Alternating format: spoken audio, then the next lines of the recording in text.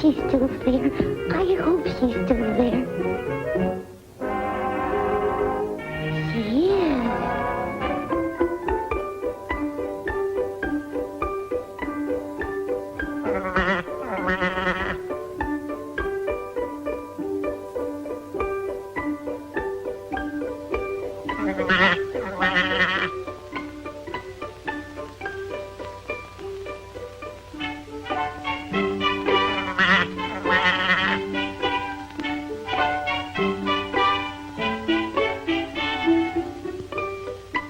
Good morning. Huh? Good morning. Oh, one of my little customers. And what can I do for you, madam? I would like to buy that beautiful girl doll that's in the window. You mean this one? That's it. I'm sorry, but these two dolls must be sold together. $1 the pair.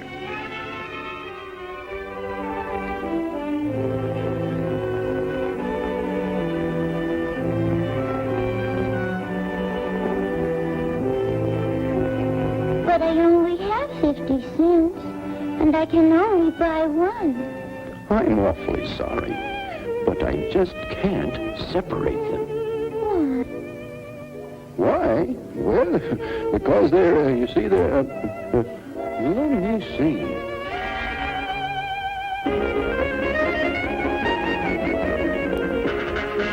Now, it happened in Ragland a long time ago. What if your rainbows are made of rags and your castles are built in the air? As long as you find happiness, you're a calico millionaire. Make yourself a crazy quilt of satin and silk to cover your pillow with dreams. All the happiness that your dreams possess May someday be real as it seems. What if your riches are make-believe and there's patches on things that you wear? As long as you find happiness, you're a calico millionaire.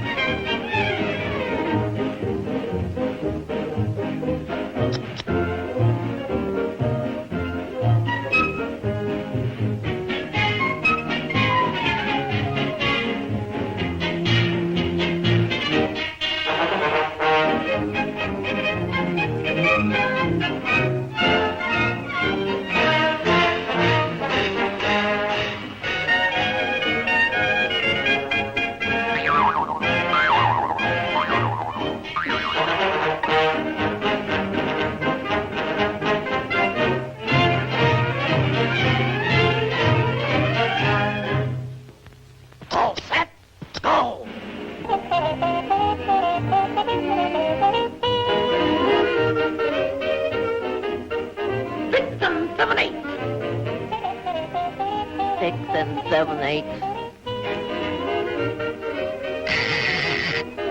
16 and 3/6.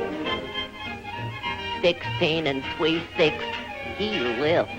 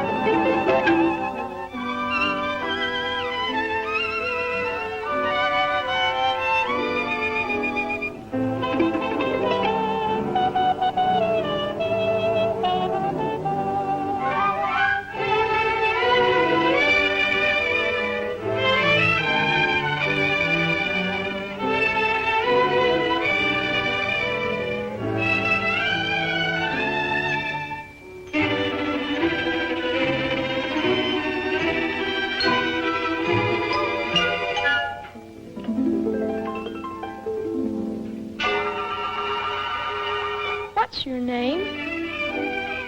I don't know. What's yours? Gee, I guess we haven't any. You're a nobody without a name. You're a nobody without a name. To be an individual, your name must mean considerable. You're a nobody without a name. You're a nobody without a name. So quote with mere formality, you've gotta have personality. In history, men were great because their names illuminate. You cannot stop or hesitate.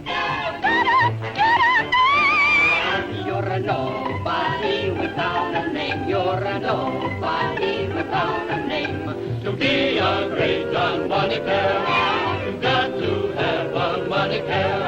To get into the Hall of Fame, you gotta get a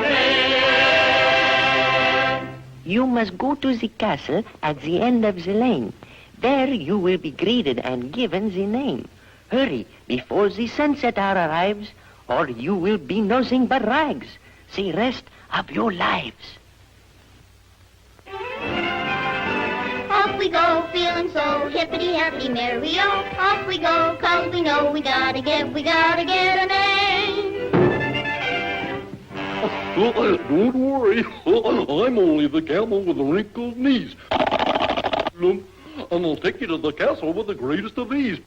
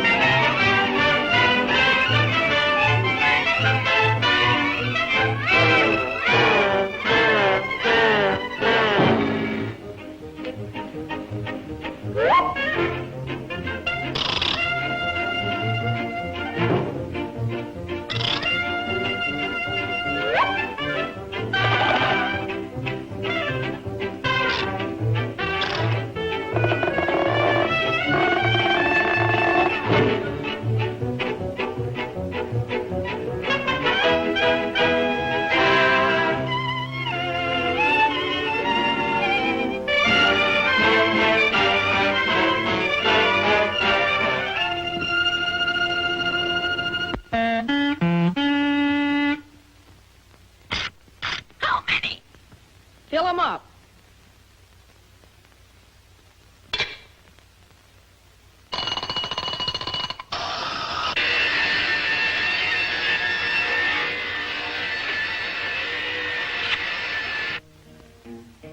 No speak American, but no I can make American. La la la la la la la la la la la la la la la. Like hot chili can, I know I can make American. La la la la la la la la la la, yeah. Chiquita, she only loved one man, only one man at a time. No speak American, but no I can make American. La la la la la la la la la la la la la.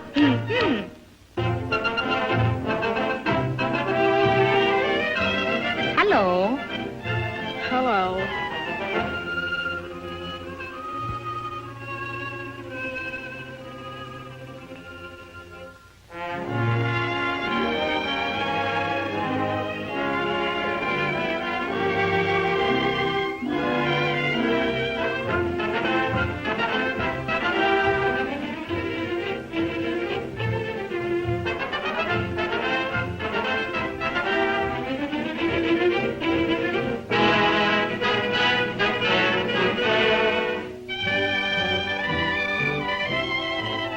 I'm so worried about my friend. If he doesn't find the palace, he'll never have a name. We must go back for him.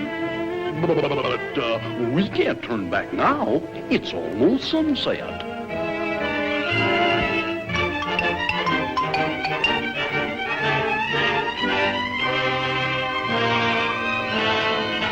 Who is she? What is she doing here? Where'd she come from?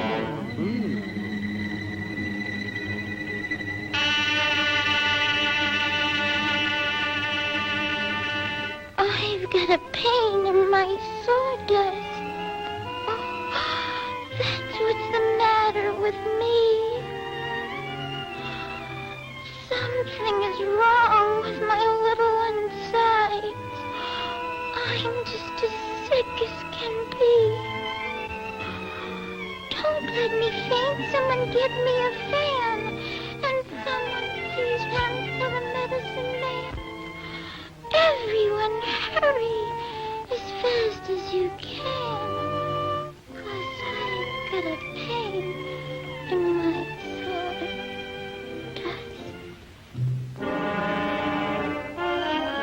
Do not go. Stay. Sit down. I dance for you.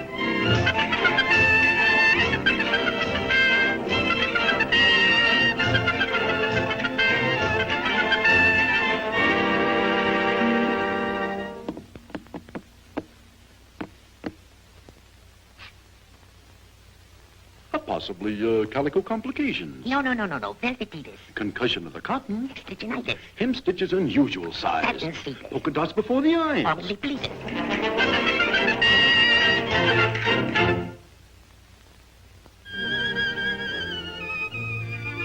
What's your name? Archita, Amita, Conchita, Bebita, Pepita, Rosita. What's yours? Mine? Gosh, I have a name. What? You have no name? You are just a nobody without a name. Gosh, I better be going.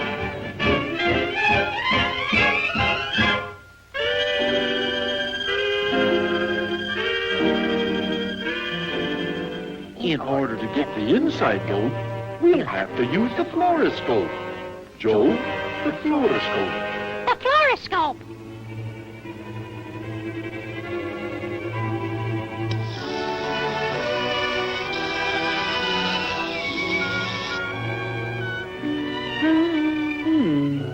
A broken heart. Too bad. There is nothing doctors can do about that. Too bad.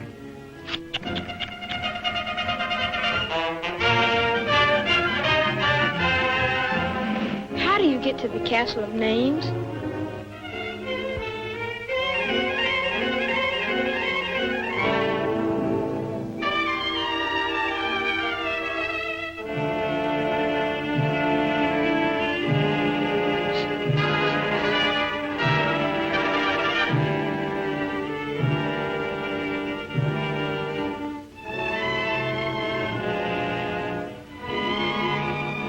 Look, we have names.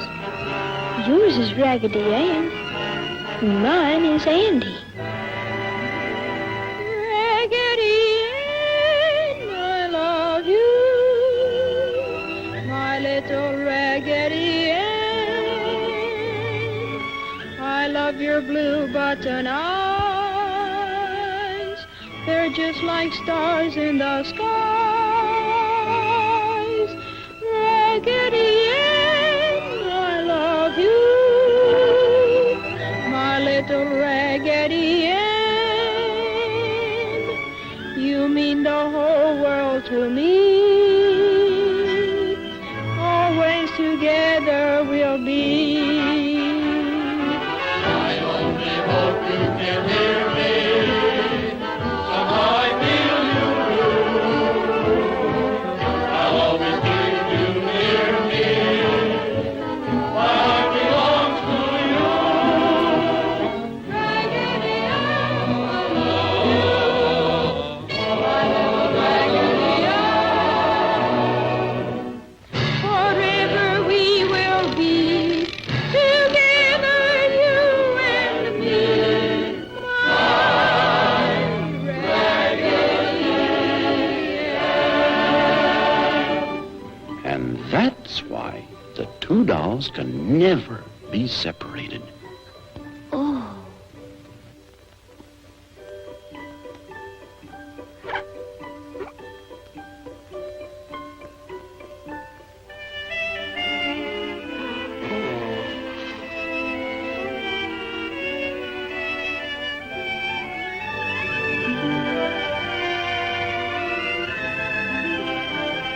Little girl. Just because I can't sell you one doesn't mean that I can't give you both of them. Oh, thank you, sir. Thank you so much. Forever we will be together, you and me, my Raggedy Ann.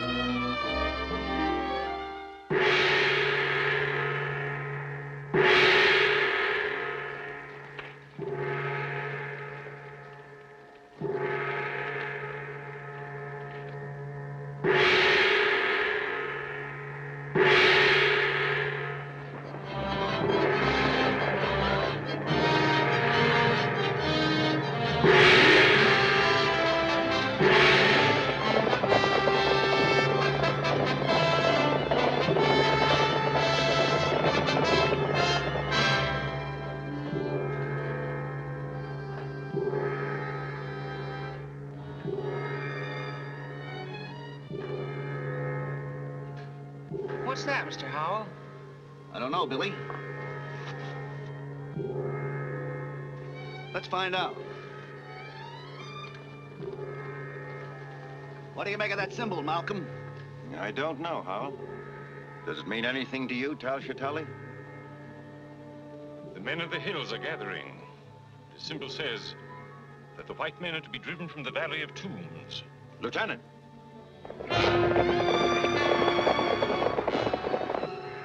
Close the stockade gate. Man the machine guns. Yes, sir. Close those gates!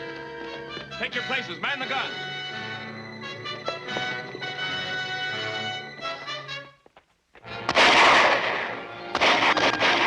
Come on, give me a hand! Take cover, Betty. This may be serious.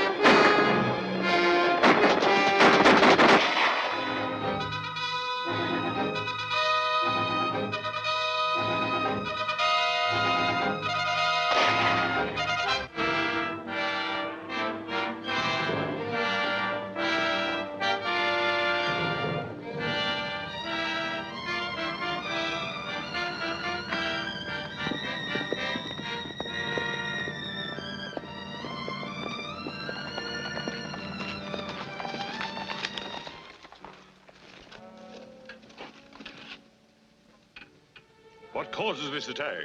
The legend, Ch.1. No white man shall desecrate the Valley of Tombs. That is not the true legend. When there's desecration, Scorpio will erupt. See for yourself, there is no eruption. You have spilled blood without reason. Return to your people and counsel them to await a sign from Scorpio. It shall be as you say, Ch.1. The true legend must not be violated. But the white men must leave. There is a curse which says that any white man that enters the Valley of Tombs shall die. He's coming back. It looks as if Ch.1 was successful. I hope so.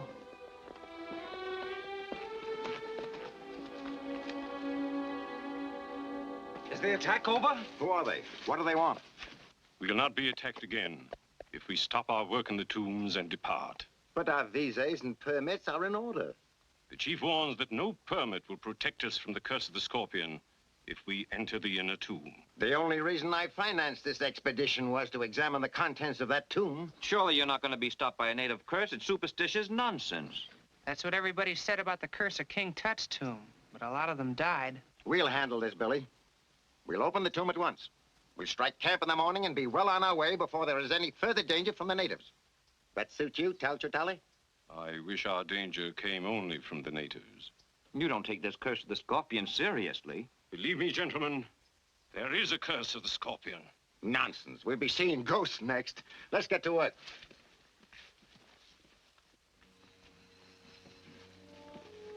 Will you and Carlisle get these specimens back to camp? We'll be glad to.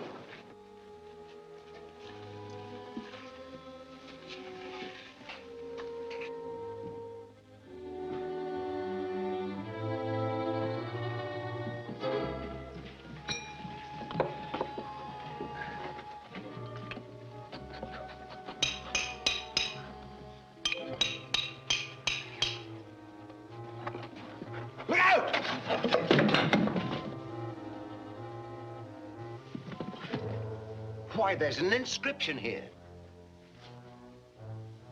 Can you translate it, Ch.1? Yes, I can translate it.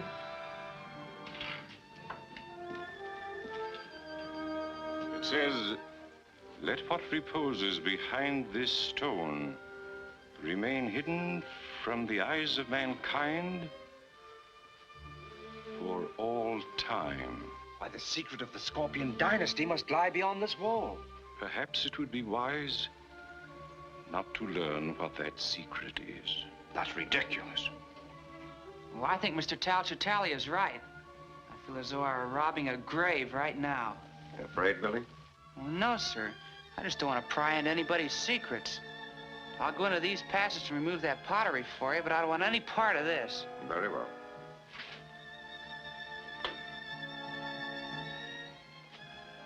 Billy Batson is the wisest one among us. I think I shall follow his example, if I may be excused.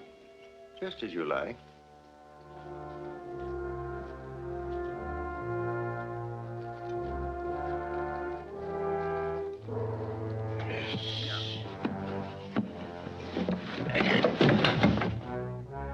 Look, the scorpion. Why, it's not a tomb at all.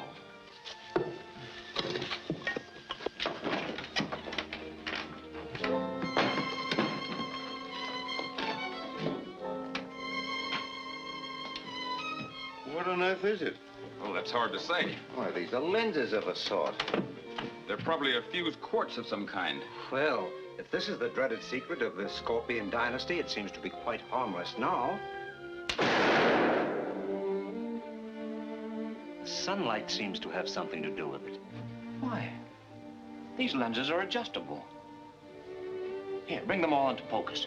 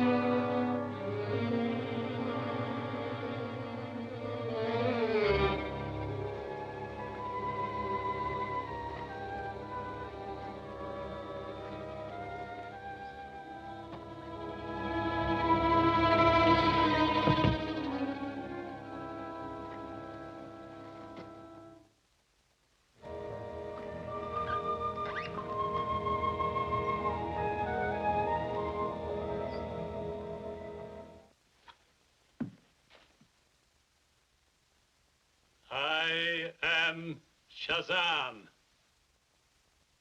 My name is... All is known to me.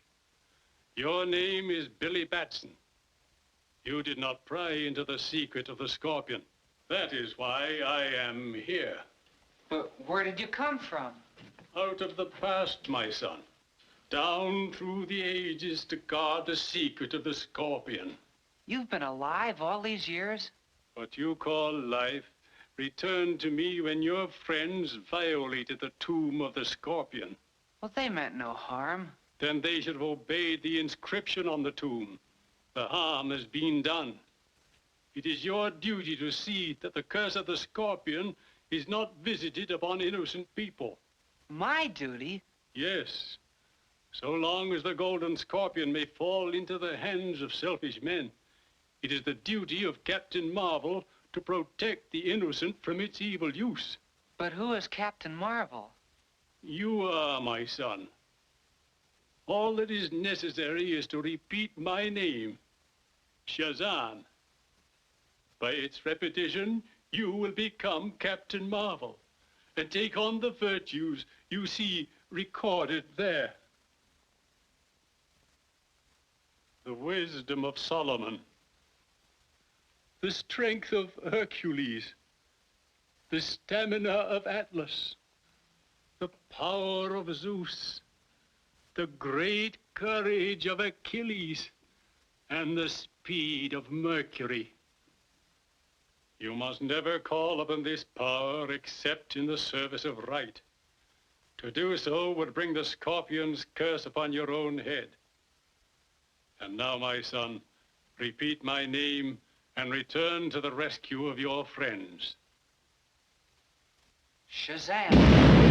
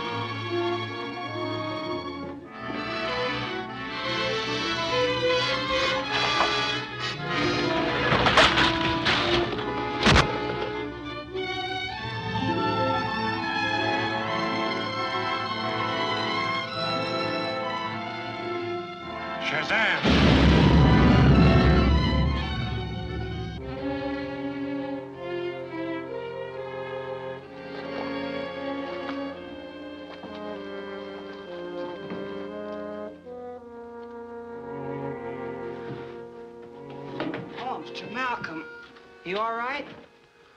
Yes. It was a concussion from the explosion. What caused it? Why, that device there. Quick, call the others. We've got to get Lang and Fisher up to camp. You bring the Scorpion. Take care of the scroll, Bentley. It is set forth here that a certain arrangement of the lenses will transmute any substance placed in front of the base lens to pure gold. That's impossible. Sounds like rubbish to me. Well, we can soon find out. Show us how to arrange the lenses.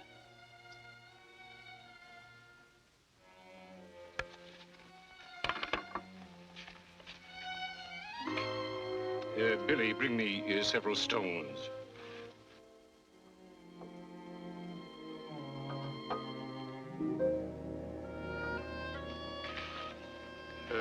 Place them on the ground.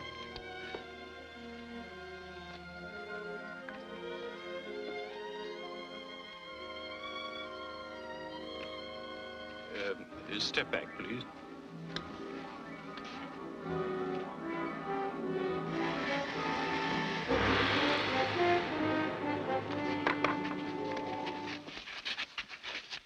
Why, it is gold. The purest I've ever seen. Only the sun's rays is needed to create it. If we only knew the formula for making those lenses. What difference does that make? We've got these. Gentlemen, do you realize that this golden scorpion makes us the richest and most powerful group in the world? Too rich and too powerful. Are you suggesting that we destroy the scorpion? Think of its scientific value. I am thinking of that. What do you propose? That the lenses be distributed among us. Let another take the scorpion itself. And in that way, the device could never be used without the consent of all. But what about the scroll? The scorpion is useless without it. I suggest that Billy Batson be entrusted with the scroll. Oh, but he's so young, Hal. And this is of such vast importance. Nevertheless, Billy is probably the only one among us who can't translate it. Oh, but Mr. Howell, I think Mr. Howell's plan is excellent. Charlie, will you disassemble the lenses, please?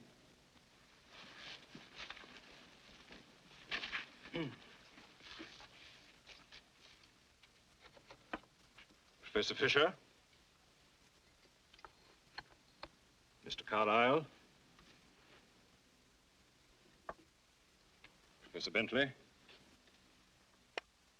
Dr. Lang? Mr. Malcolm? And Billy, this is for you to guard. See that you guard it well.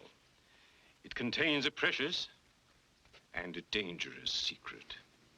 Don't worry, Tally. I'll guard it. Well said, young fellow. I'm sure you will. See that your personal belongings are packed tonight. We start to load at 4 o'clock in the morning and start for the base camp at daylight.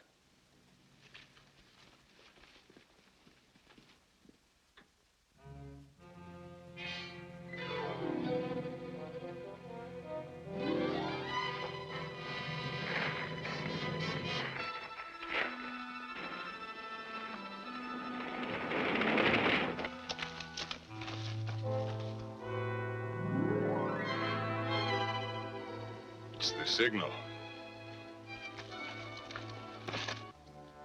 Thank you, sir. There's evil in the air tonight. Yes, sir. You know, I feel the same way.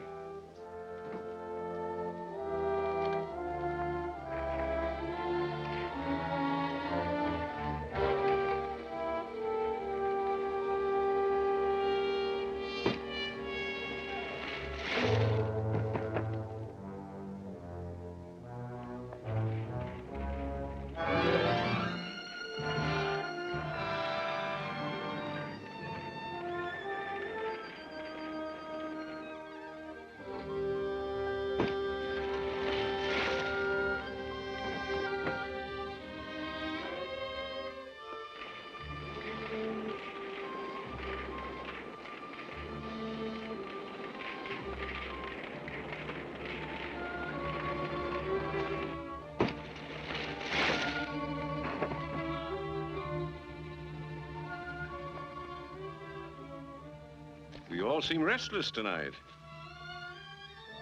And for good reason.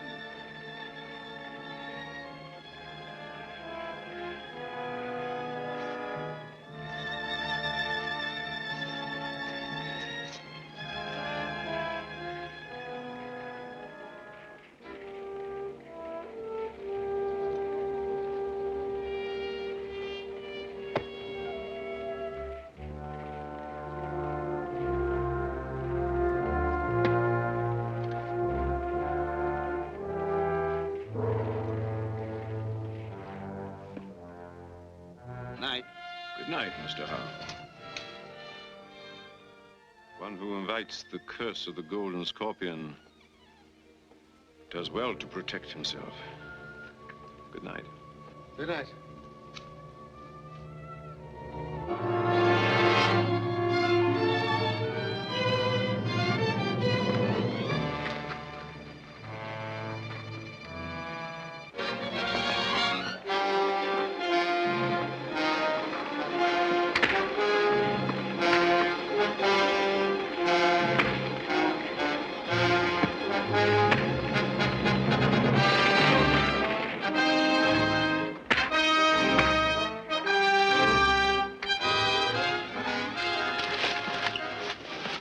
Find the scroll.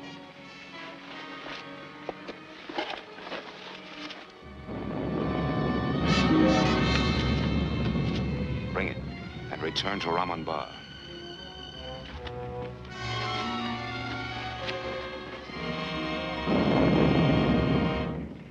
You men of the hills know the legend. Aye. It is as old as the rocks about you, spewed up by Scorpio, the guardian of the Valley of Tombs. If the hands of alien whites desecrate our holy places, Scorpio will give the sign to war.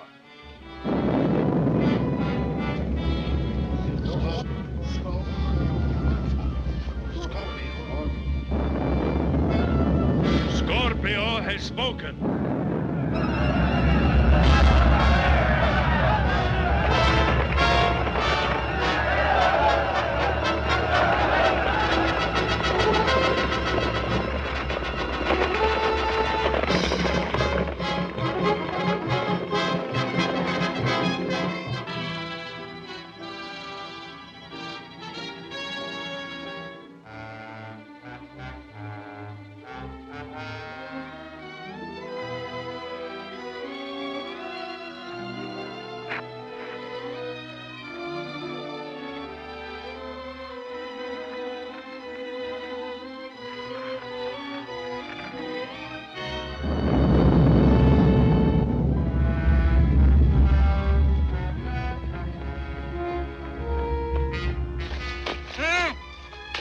Yes? Yes, what is it? Here. What, Billy? What's up? Mr. Howell's been murdered. Howell murdered? Yes, sir. The sentry's been knifed, sir. Rout out your men. Search the camp. Yes, sir. Where is Howell? In our tent. Radio the British troops at Fort Multan. Tell them we need immediate aid. Yes, sir.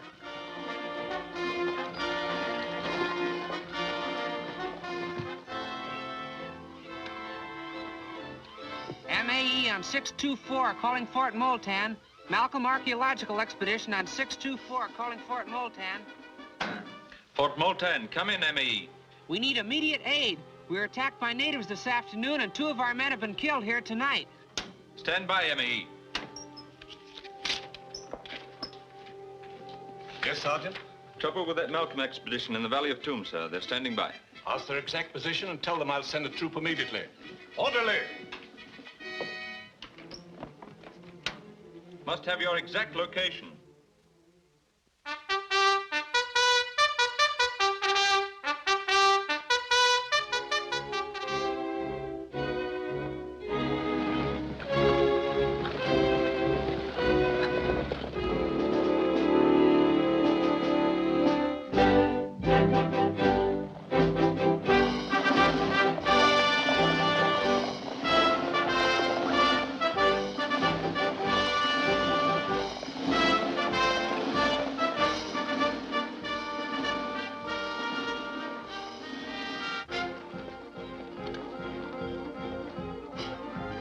Colonel Hudson says the troops are well on their way. Thank you, Billy. One of my men reports movement in the rock, sir. Tell them to keep a sharp lookout, Lieutenant.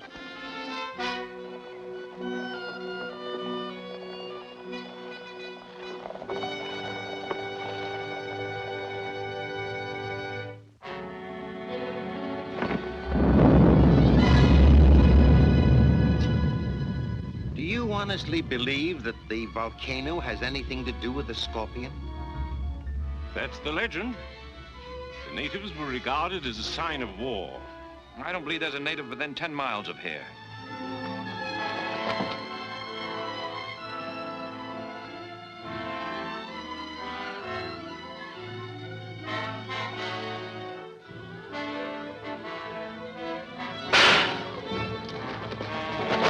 Look!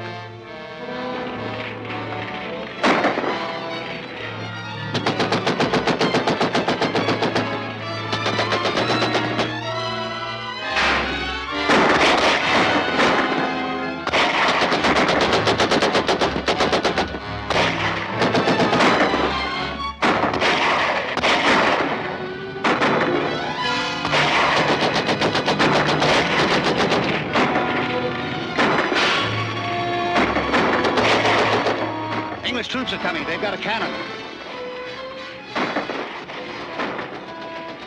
Take men to Khosrow and ambush them.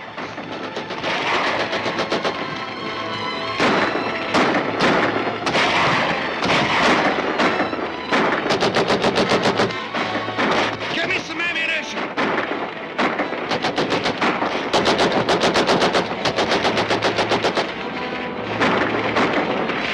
Can't stand much more of this. We can only get across the gorge.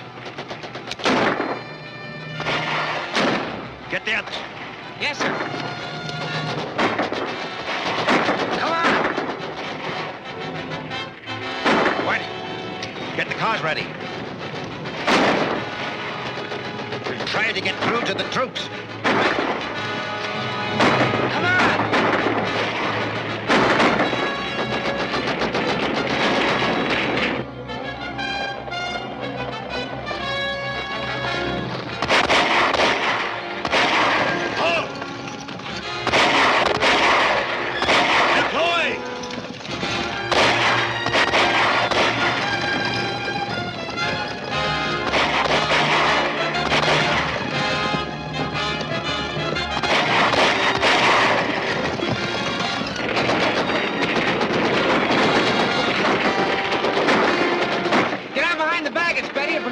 Gunfire. What about you, Billy? I'll be all right.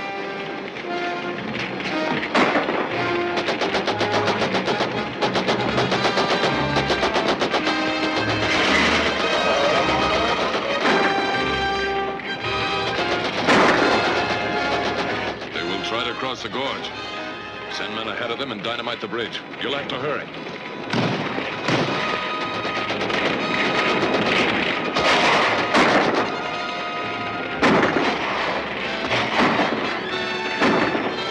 Shazam!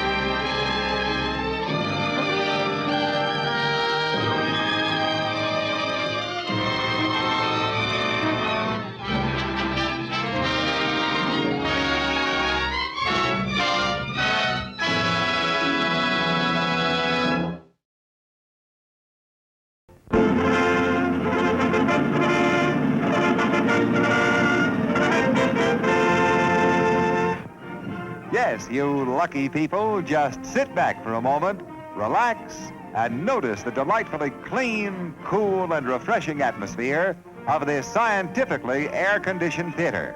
Great, isn't it? Remember, you can enjoy great motion picture entertainment all summer long in cool comfort at this theater.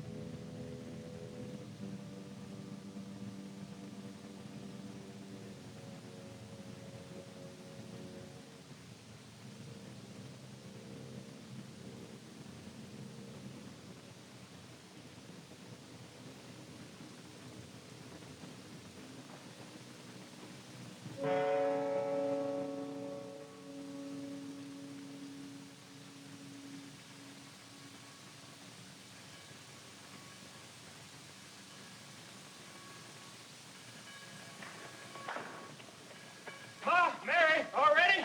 First bell's ringing. Yes, we're all ready. Mary's coming through the back door. Now, son, cheer up. We're all healthy and we've still got meal in the barrel. Look at that sky. Big cracks in it like it was ice on the mill pond, cracking up to show us spring's a-coming. If that ain't enough for a God-fearing New Hampshire family, I want to know. Oh, James! Coming! Quiet, Shep, quiet! Down, Shep, down! He only wants you to throw a stick for him, Javis. I guess he's feeling the springer coming, too. All right. Get it, Shep! Mary? Come in, Ma.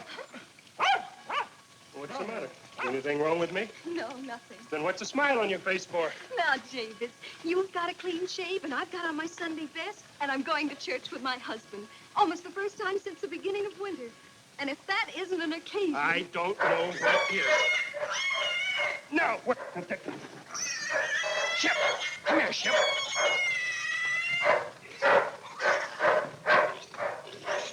Shep!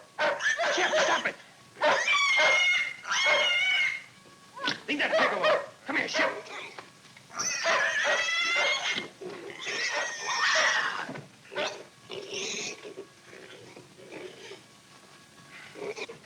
Javis, what's the matter? I don't know. Something's wrong with the pig. Quiet, Mr. Porker. He's worse than a greased pig at the county fair.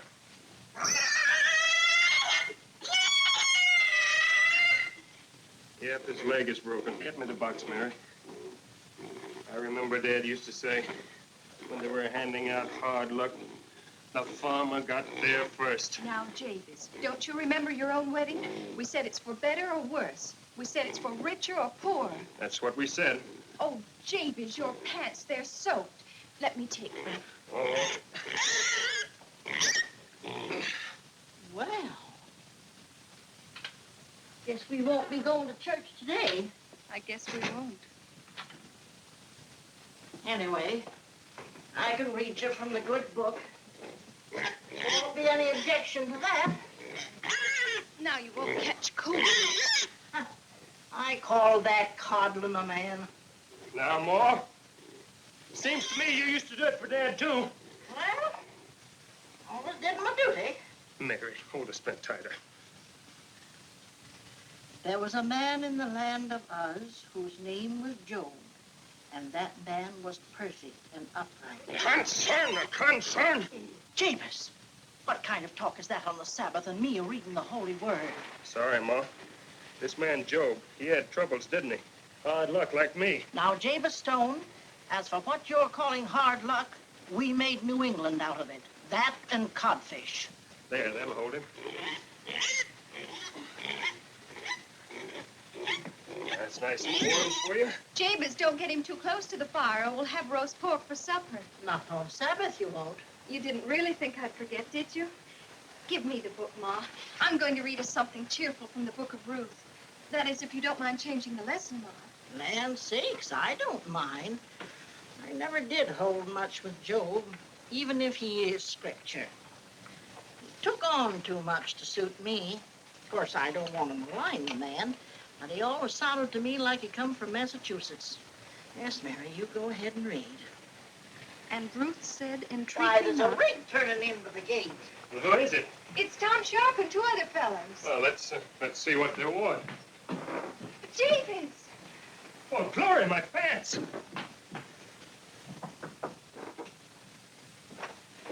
Morning, Mary. Morning, Tom. Come in. Morning, man. There's a mat there to wipe your feet on.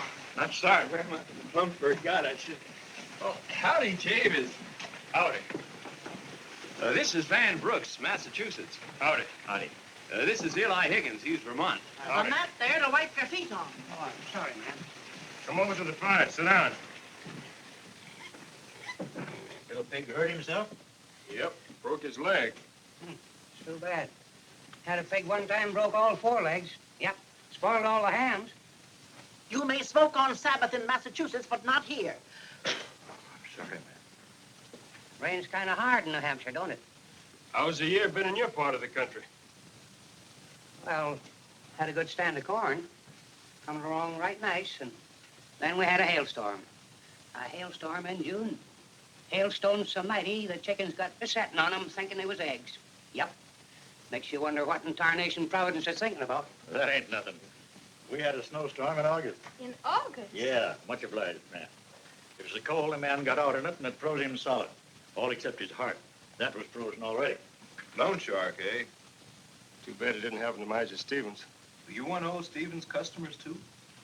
Sure am. Yeah, it's a debt and a lien on the mortgage. And quite a problem, those farmers nowadays. City folks has their troubles, too. But when a farmer goes bankrupt, he can't crawl out so easy. Laws ought to be changed somehow. We ought to have more consideration. That's the reason the three of us met up together, neighbor Stone. Yeah. Farmers ought to have a sort of grange, as they call it in Vermont. What do you think, Jabez? Sound reasonable to you? Well, sure it does, but I'll have to sleep on it a couple of nights. Well, that's fair enough, Jabez. Man's got a right to mull things over. Mighty fine pie you got here, ma'am. Would you like another piece? I sure would. Thank you, ma'am. Thank you. Oh, Ma, I thought we'd save that for tomorrow. The Lord's will to feed strangers, even if they eat you out of house and home. Well, you read this, Jabez. We'll drive around again in a week or so. You know, I was just thinking that they might not like the idea down in Washington. Well, why not? There's a bill up in Congress now to give us a uniform law of bankruptcy. Daniel Webster's fighting for it right now. Black Daniel? Yep. Biggest man in the whole United States. Senator from Massachusetts. He's going to be our next president, sure enough. I know. Why, they say when he speaks, the stars and stripes come right out of the sky. Listen, Black Daniel. You're only wasting your time writing speeches like that. Why worry about the people and their problems? Think of your own. You want to be president of this country, and you want to be Inauguration Day parade, bands play, prancing horses, the sun shining on the stars and stripes waving in the breeze, crowds cheering. Daniel Webster, President of the United States of America. Don't be a fool. If you go on that speech, you'll never be president.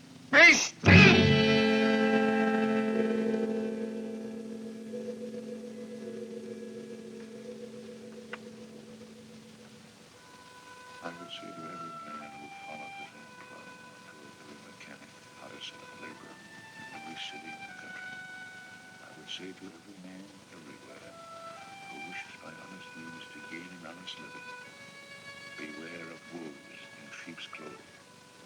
The insolvent farmers cannot even come to the seat of their government to present their cases to Congress.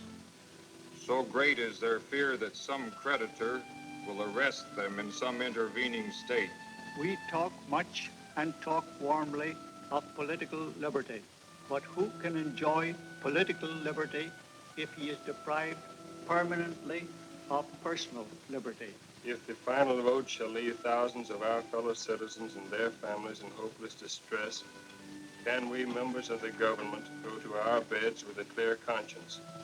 Can we, without self-reproach, supplicate the Almighty mercy to forgive our debts as we forgive our debtors? Wonderful language Mr. Webster uses there. It would move a stone. It'll only move old Miser Stevens. We've still got to pay him. Yep. Can't get around that mortgage. I'm sorry, Javis. It's all right, Sheriff. I wish he could really do something for you. But, you know, Stevens, he'll throw you off the farm if you don't pay him tonight. He would. The law's the law, Javis. Goodbye. Goodbye, Mary. Bye, Sheriff. Well, what are we going to do? We've still got my butter money. Your butter money? Do you think I'm grudging it? Mary, it's gone. All of it? Yes, all of it. I had to pay the vet in full. He just wouldn't have treated the horse this time. After all, we can't very well do without a horse. It's all right, Javis. We'll find something to pay Stevens. If he hadn't broken his leg, we could have taken him. Javis, couldn't you take a sack of seed instead? To save us work on the spring plowing? But you always said the field uphill needs a rest. What if you think? I'm a farmer, Mary. Always will be. To me, seed isn't a thing to pay debts with. It's alive, more alive than anything. But I guess you're right. We just got to do it. Javis, you ought to talk to Tom Sharp about joining the Grange. I will, Mary. How'd you know to have the calf ready, Ma? I just figured you didn't have any money. Yes, and you figured right, concern it. That's a word you're too free with lately, Javis. Concern this, concern that. But it helps sometimes to say it, Ma. All right, son. It helps. Javis, what's this? Seed alone won't do it, Mary. We have to throw the calf in. But we were counting on Get it. up on the wagon. His mother's born. I can't help that. And it's such a lovely calf. You're right, Mary. That's a fine calf. That's why old Stevens will take it for the rest of the payment. Mary, are you hurt? Ma! Quick, Mary fell down! Ma! Carry her into the house. Be careful.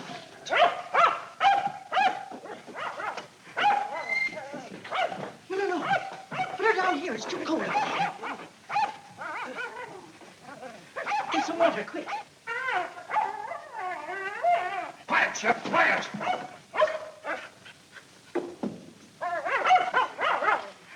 What's ailing that dog? I don't know. Well, keep him quiet. Let him howl if it makes him feel good. Concern it, he's better off than I am. Hush up, let's talk, Javis. I mean it, I tell you, I've had more than my share. Nothing ever goes right for me. Now, what the dickens? The fox! The fox is in my hen house! Give me that gun.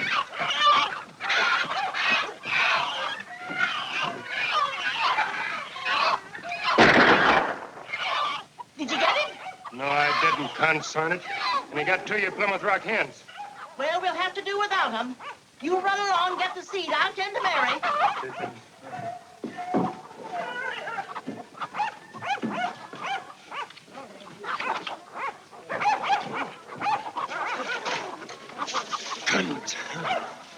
That's enough. will make a man sell his soul to the devil, and I would for about 2 cents.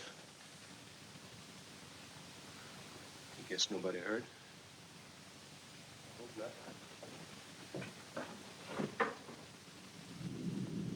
Good evening, neighbor Stone.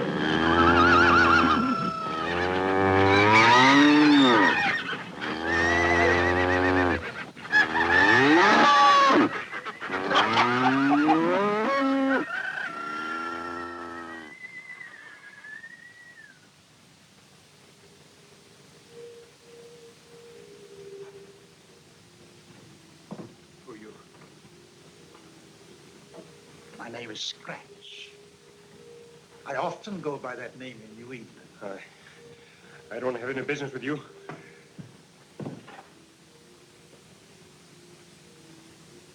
Do you deny that you called me? I've known people in other states who went back on their word, but I didn't expect it in New Hampshire. You can't say that to me. I'm New Hampshire, and if I say I called you, I did. Guess I did. You've had a lot of bad luck these days. And yet, it's all so unnecessary. When I think of your opportunities. My opportunities? Why, man, you have one of the richest farms in the county. You just go about it the wrong way. So many men do. Hard work. Well, that's all right for people who don't know how to do anything else. It's all right for people who aren't lucky. But once you're lucky, you don't have to work for other people. You make them work for you.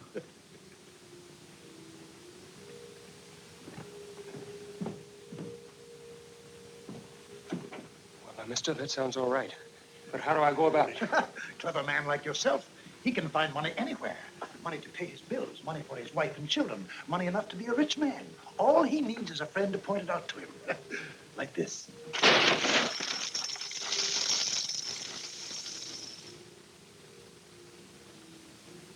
It isn't real. It can't be. No, no, wait. Touch it. Touch it. Feel it with your hand.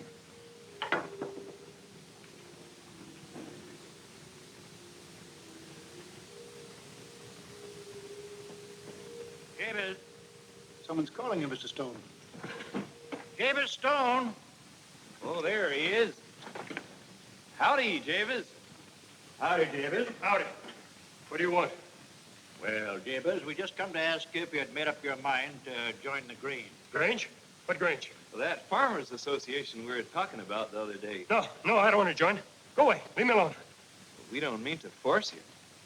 But it's only for your own good, maybe. I look out for myself. We ought to stick together. Now, after Daniel Webster's speech. Daniel Webster can't help me. Leave me alone.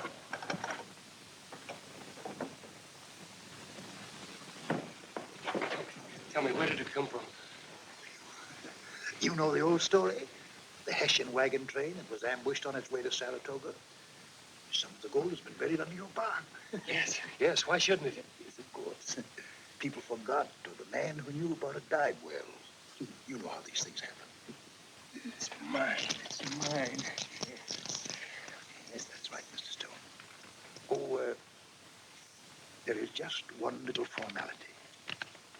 I would like your signature here. See? And when it's done for 7 years. It's our usual form.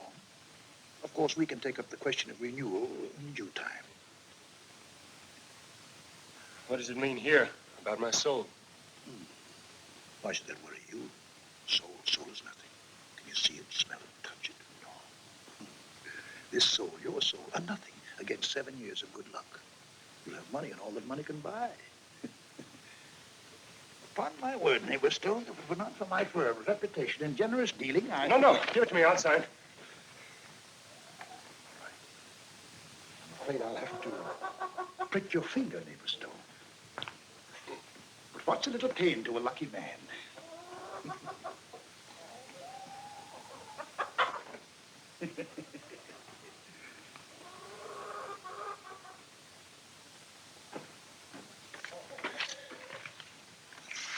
Sign here.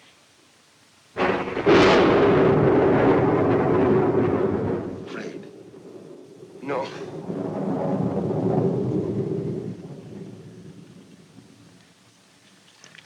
Excellent. A firm, fair signature. One that will last till doomsday. I congratulate you, Neighbor Stone. You're going to be the richest man in New Hampshire. Well, I'll be. Yes, indeed. But not now. Not for 7 years.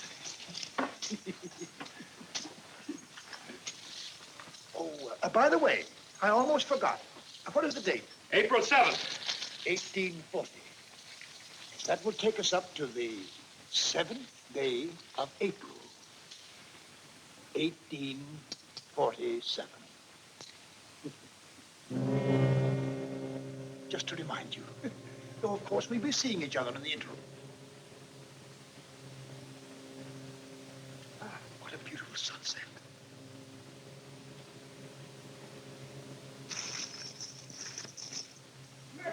Mary. Mary's all right again. I thought you'd gone. Mary, what would you do if you had a pot of gold? Oh, Jabez. Mary, what would you do? I don't know. I would pay our debts, and maybe I would buy a new bonnet. Really, I think I would live quite the same. Mary, look.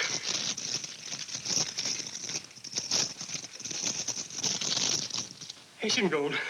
I found it in the barn. Found it in the barn, eh? Yes, Ma. I was getting the seed, and I saw one of the boards warped up a bit, and I stumbled, and there it was.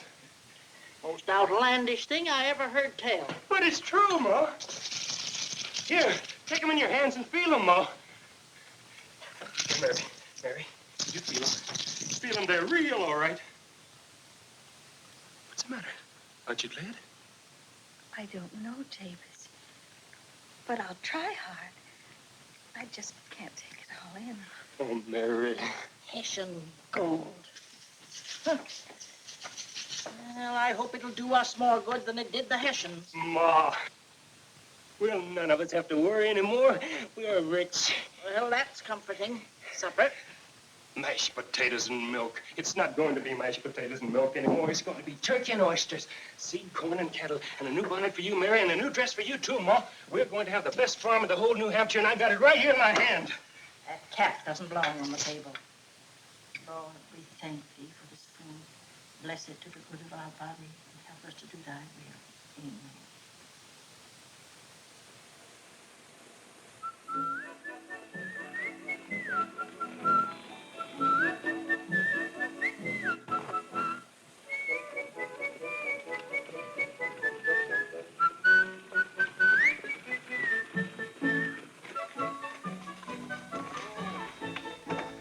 Nothing else to do.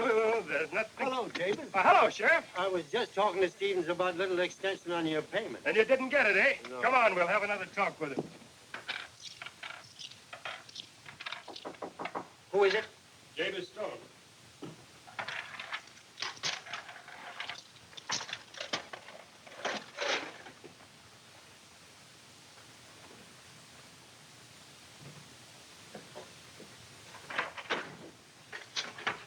Hello, Stevens. Stone, you're wasting your time and mine. I'm not going to give you an extension. Well, now look here, Stevens. Can't we talk that over? It's kind of cold here. Why don't you make a fire? I can't afford it. Nobody's paying me these days. Well, Stone, have you got the money?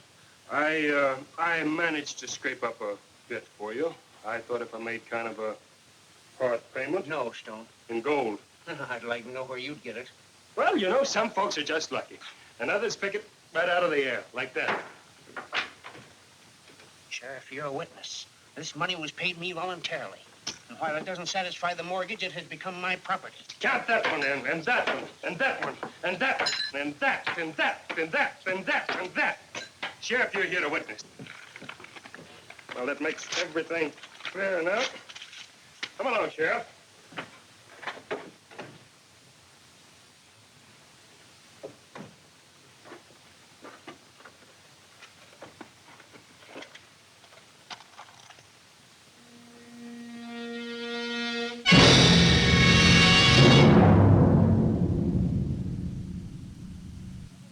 Eight, 9, 10, 11. Well, Eddie, that makes us all even. Yeah?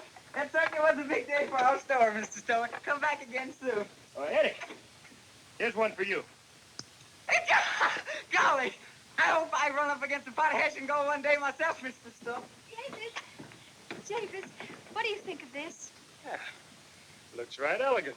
Newest thing by last fall catalog in Good Day's Ladies book. Do you think it's too fancy? Did you say too fancy? Lance to goodness, child, not for you. Nothing's too fancy for you. You keep it right on. Well, maybe it wouldn't hurt to have a few roses on it. Right, pretty Mary. Javis, now may I pick out a shawl for Ma? Sure, Mary. Go right ahead and take your time.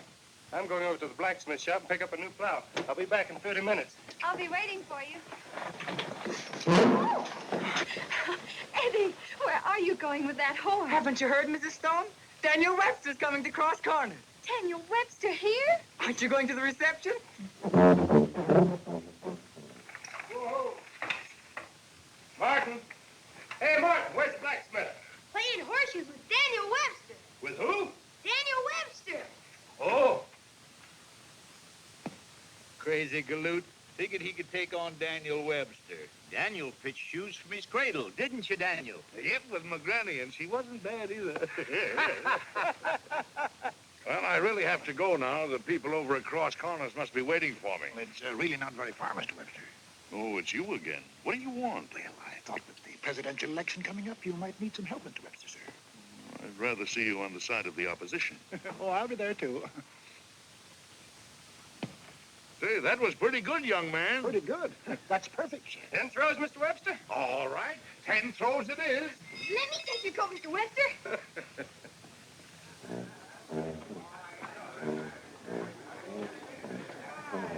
Friends, neighbors, I beg of you to have a little more patience. Now, let us rehearse the parade once more. Over here. Get in line now as we rehearse. Now, attention! Go!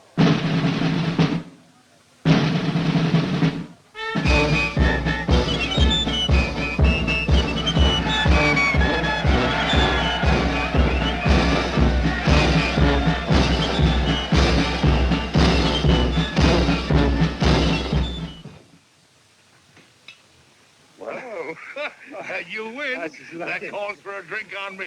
I really must go now. Will you ride into the village with me? Oh, certainly, Mr. Webster. Thank you, certainly. son. Thank you. This is a great gift from me. Oh, Lem, will you take care of my buggy? All right. Thank you. All right, it's on the village.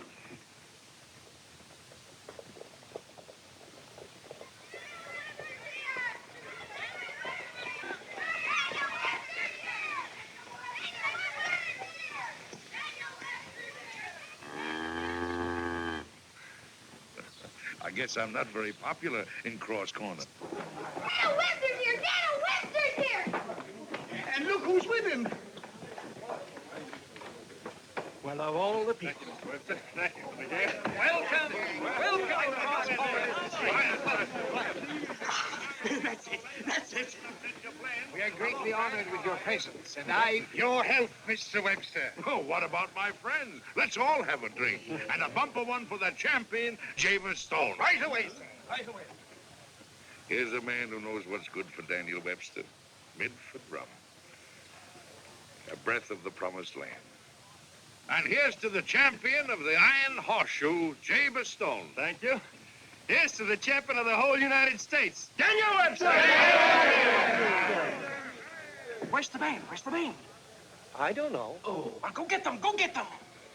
Go and get him.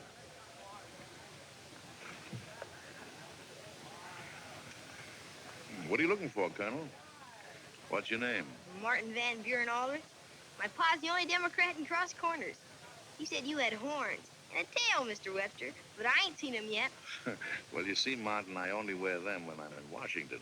That's the trouble. But if you ever get down there, I'll be glad to show them to you. Gee, would you, Mr. Webster? Honest? Of course. And you tell your father for me that we may be on opposite sides of the fence, but I'm always glad to hear of a man who holds to his own opinions. As long as the people do that, this country is all right. You understand, Martin? Yes, sir, I guess so. Gee. Speech, Mr. Webster. Speech, Mr. Webster. They're asking for a speech, Mr. Webster. A speech? Oh, I'm a little tired, Squire Slauson. Besides, it's so pleasant here. The sun, the air, so pleasant in Crow's Corners. But Mr. Webster. You tell me. Listen, folks. Well, I don't know much about speechifying, but I feel it my duty to. What's the matter with him? Can't got his tongue. Hush up, Sarah. Oh, well, folks, what I want to say is, well, when a man like Daniel Webster visits us, we shouldn't ask him for a speech. It's for us to speak, to tell him that we farmers thank our lucky stars every day in the year for what he's done for us. Now, if anybody's going to have corn in his crib or hay in his barn, it'll all be due to our good friend and neighbor, Daniel Webster, who stood right up in Congress to protect us from loan sharks by a new law. And after hard work like that, well, it's only natural that Daniel Webster gets tired. Now, he's tired of making speeches, and he just wants a little rest in the sunshine. And, folks, if he chooses Cross Corner sunshine to rest in, now that's mighty fine. And I want to say this before I quit talking. We'll be hoeing corn, all do like I says to our good neighbor Daniel Webster. And we'll keep on hoeing corn until he's in the White House in Washington where he belongs.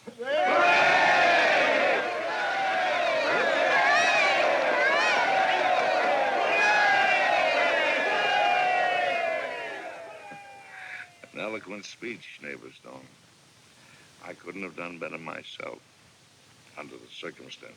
Thank you, Mr. Webster. Thank you. Mr. Webster, I'd like you to meet my wife, Mary. Well, if it isn't little Mary Simpson from Franklin. It is. You've got a smart man. Hang on to him. I'm going to try, Mr. Webster. Ah, that's just fine. Well, I have to be getting on to Franklin before night. Goodbye, Mary, and remember me to your mother. Thank you, Mr. Webster. Goodbye, Javis. Bye. God bless you both. Thank you. Thank you. Goodbye, Squire. Goodbye, everybody. And bye. Bye, Mr. Webster. Bye.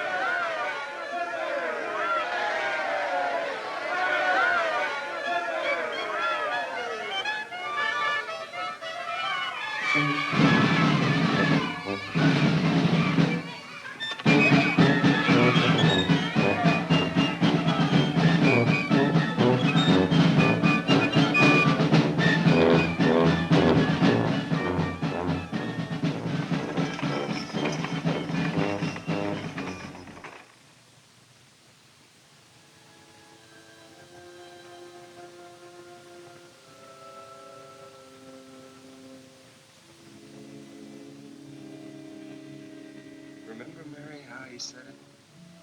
Couldn't have done better myself, Javis Stone. It was my first speech. I don't know what happened to me. I just stood up and the words came flowing like water out of my mouth. Yes, Javis, it was a wonderful day. But I'm glad to be home again. Tired?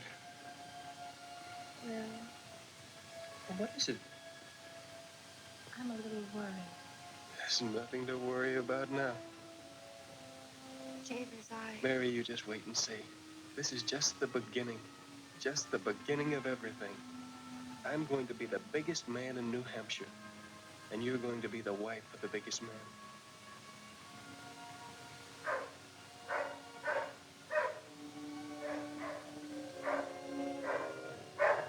Quiet, Chip. Don't take cold, Javis.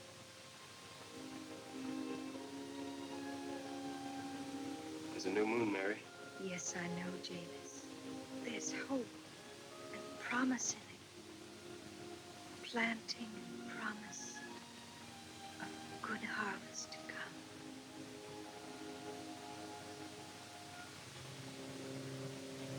What is it? Nothing.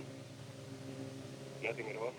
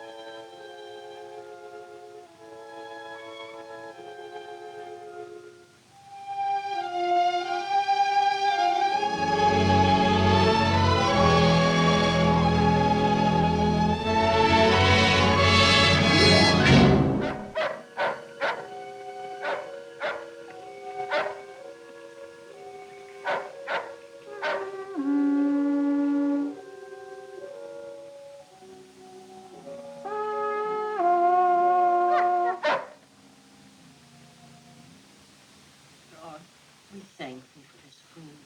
Bless it to the good of our body and help us to do thy will. Amen.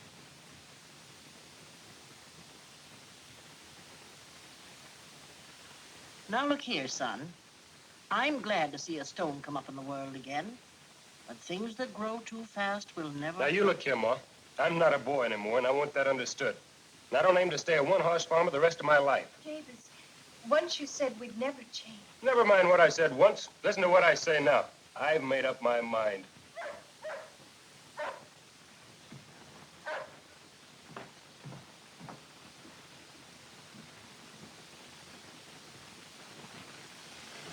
Was that my son talking? But what's a farmer to do if you don't want to get roped in some more by them loan sharks? Oh, you don't have to go to Miser Stevens while I'm around. Don't I? No. Say, that's mighty white of you. Not at all, Hank. Not at all. I'm glad to help you. Thank you, Javis.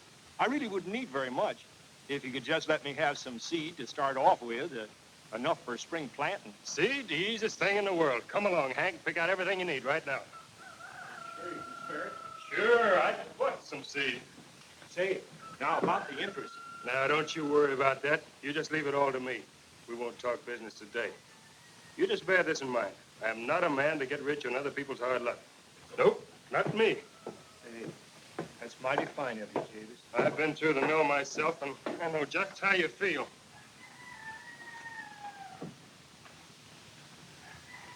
Here, the best seed you'll find in all New Hampshire.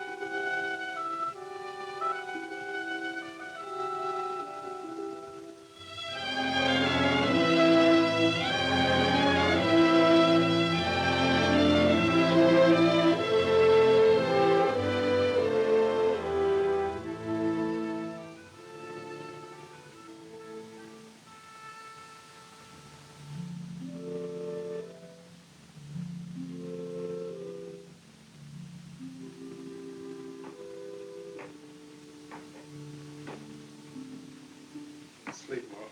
That's good. Sit down. I feel fidgety, Ma. Not right at all. Oh, Lance. I think you were going to have the baby to hear you. Sit down. You make me nervous. Oh. The way a man always is. Thinks his son is the most important thing in the world. Sit it again, Ma. Make me stick my finger. A son. Do you really think so, Ma? Oh, get along with you. As if it matters to a grandma. But perhaps you have an even chance.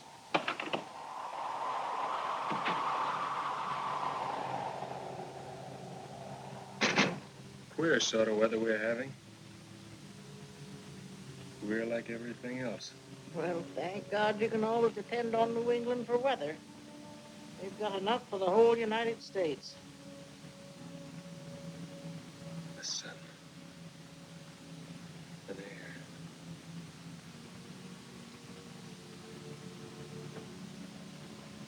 Money.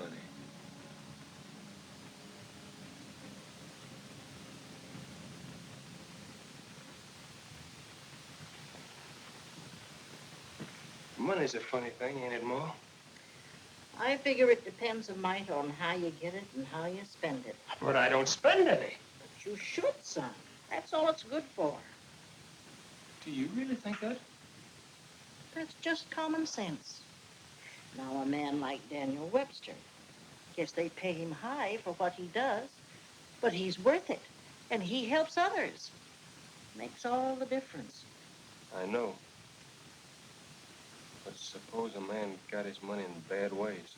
Wouldn't profit him none. You see, son, I'm old and I've lived. When a man gets his money in bad ways, when he sees the better course and takes the worse, then the devil's in his heart, and that fixes him. And yet, a man could change all that, couldn't he? A man can always change things. That's what makes him different from the barnyard critters.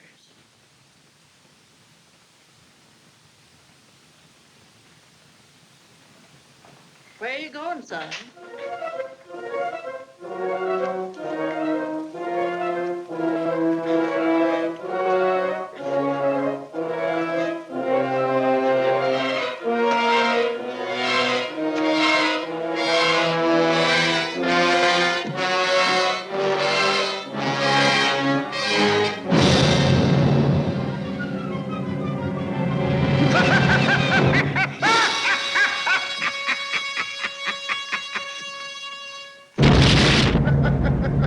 Oh, come, neighbor Stone. No need to get so excited. No, I wouldn't try to cut that tree down if I were you. It means a breach of contract. I don't care. But you should. Now that you're becoming a father. You keep your tongue off that. Yes, of course, certainly. I shan't even come to the christening. It would be tactless and in wretched bad taste. But I may send a friend of mine. Just for old time's sake. Yes, I think I'll do that. James! Get away, get out of here, quick, hurry, get away. Mother, I find her rather difficult. Hardly the type for my sort of thing. James! Bye, Mr.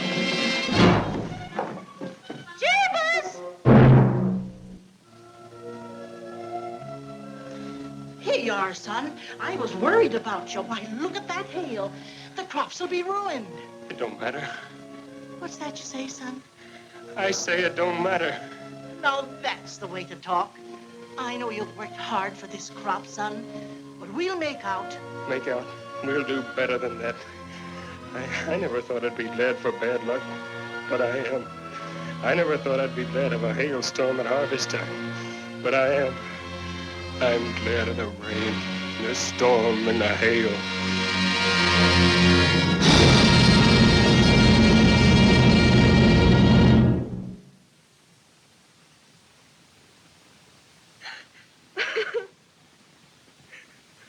What's the matter, Mary? What are you crying about? Ruined. All the fields ruined. Yes, it's terrible what the hail has done to the fields, but not to my fields. Look, Mary, it didn't touch any of my wheat. I'll have a rich harvest. Hello, Lem, Hank.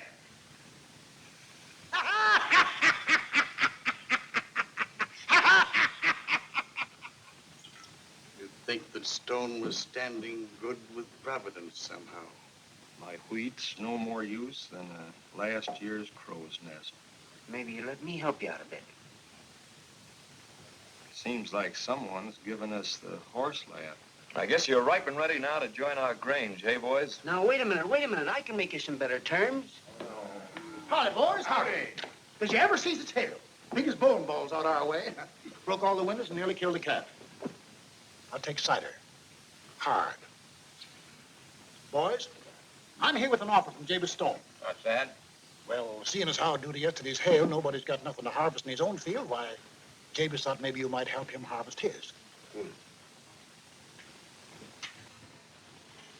Never worked for anybody else in my whole life. Excepting when I was a shaver. And that was for my old man. I wouldn't do it. Well, I don't know.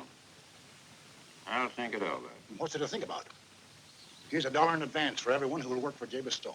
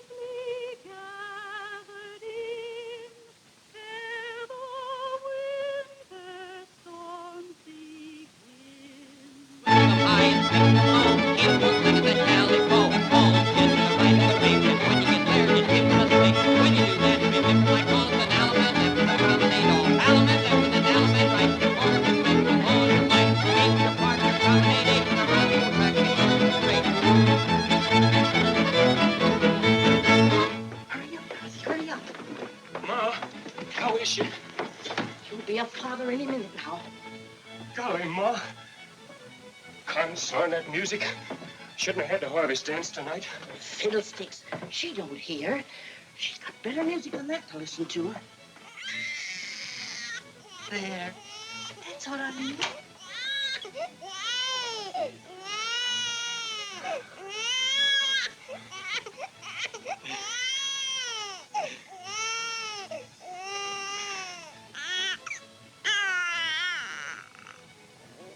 David. Here's your son. Howdy, son. I told you you had an even chance. Anything else, Doctor? No, just keep her warm. Be careful, Jesus. Dorothy, That's fine. fetch a hot drink. Right now. Look here, everybody! My son! Hey, it's a boy! Hooray for James Stone!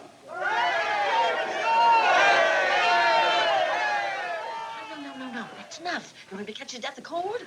Don't be cross with him, Ma. This doesn't happen every day. Here. Javis, I have a wish. Yes, Mary, what is it? I want to name him Daniel. After Daniel Webster? Yes, you see, I wrote to Mr. Webster and asked him to be the godfather of our first baby. You don't mind, do you? No, I don't mind. My lands, what's the matter with you, Jabez? I should think you'd be flattered to have Daniel Webster as a godfather. Now go down and see what's keeping Dorothy. Sure, Ma, sure. Oh, thanks very much, Doc. Thanks for everything. That's all right, Jabez. That's all right. Hurry up, Dorothy. What's the matter with the brick? Mary needs it.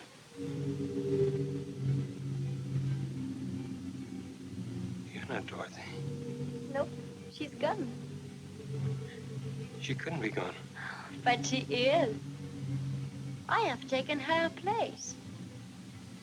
Oh, don't you remember? You wrote me a letter.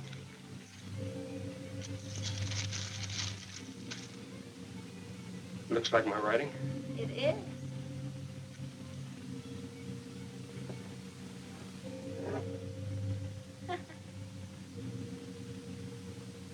I have other recommendations, too. From a very dear friend of yours. Never mind. What's your name? Belle.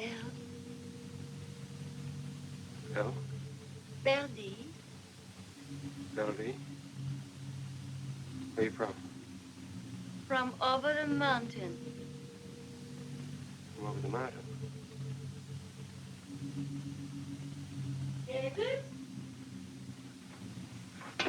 No, that's for me to do. Night, Ma Stone. Good night, Dr. Simpson.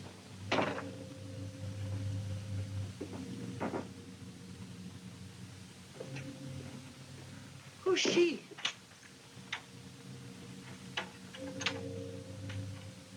Dorothy? No, it's me. And this will keep you warm, Mrs. Stone.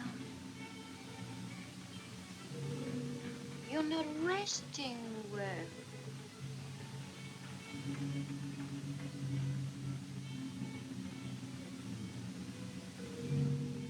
Oh, I know. It's that music. Oh, you need your sleep.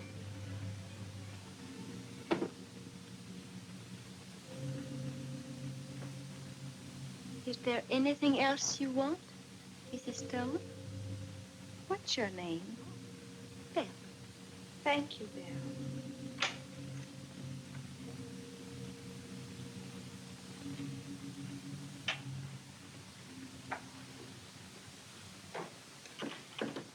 What a nice and kind girl.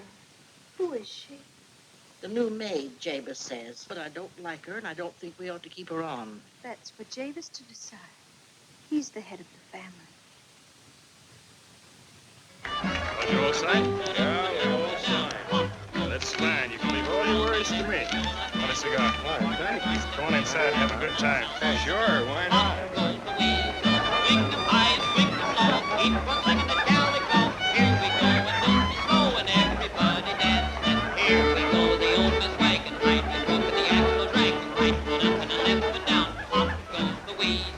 Shall we dance, Bill?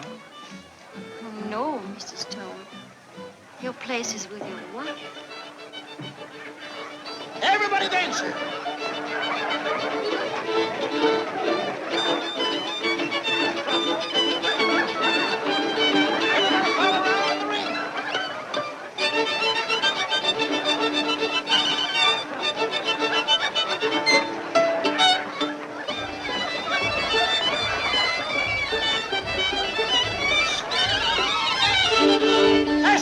Bend it down.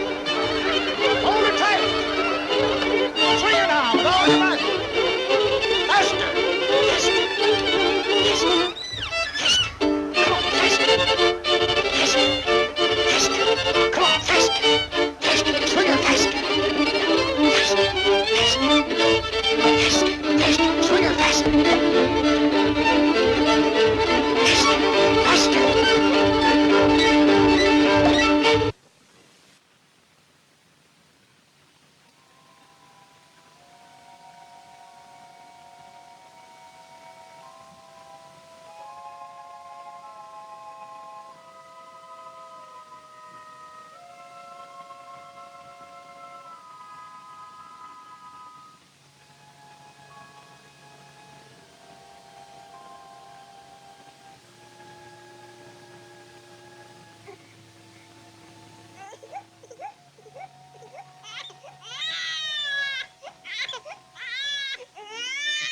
Concern it.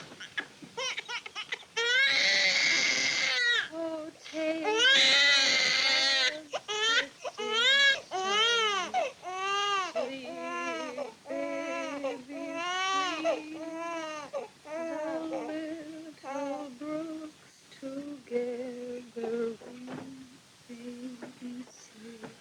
Javis, where are you going?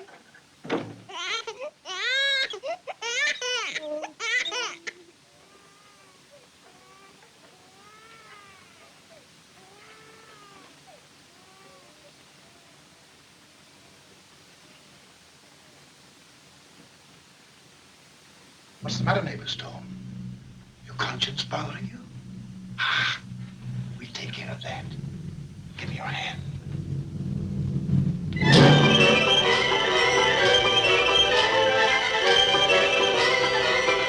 Make him go faster, Javis. Fast. Fast. Golly, pal, this is wonderful. You know, we should go sleigh riding every Sunday. Why not every day? I can't. I got too much work to do. Others can do it for you. Yeah, that's an idea. Hey! Hey, you! You can't fish there. That's private property. I'm Javis Stone. I'll have the sheriff after you.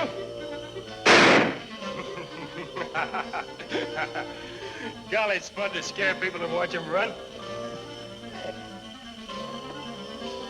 Look, he caught some nice ones. Well, let's have them for breakfast. All right.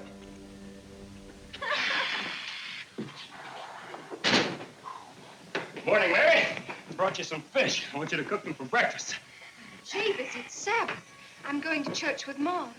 Please, won't you come with us? I want you to fix the fish. Oh, no, she won't. I'll not have the scorn of God in this house with the smell of fish in it polluting up the Sabbath. Oh. And as for you, let me tell you, young woman, if you think you're running this house because Mary hasn't put you in your place, you're mistaken. But, Ma. Don't you ma me. Let's go, Mary. The second bell's ringing. Coming, Ma. Goodbye, little Daniel. Take good care of him, Bill. I certainly will, Mrs. Stone. Javis, you're sure you won't come with us?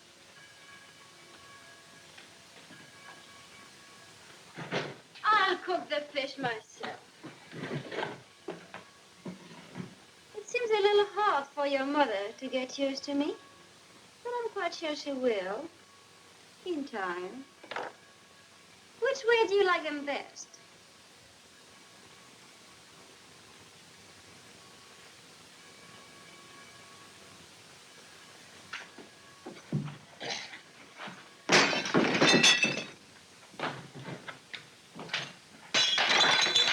Who did that?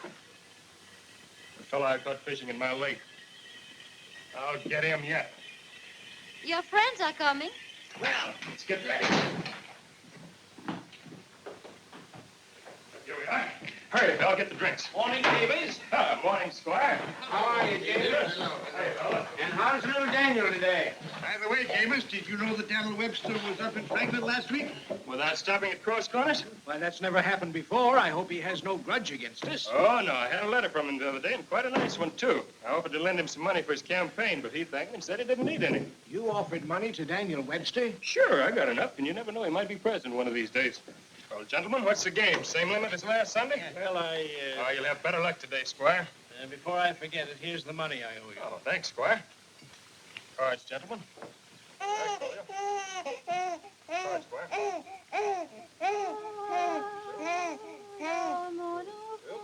it, you, Stevens.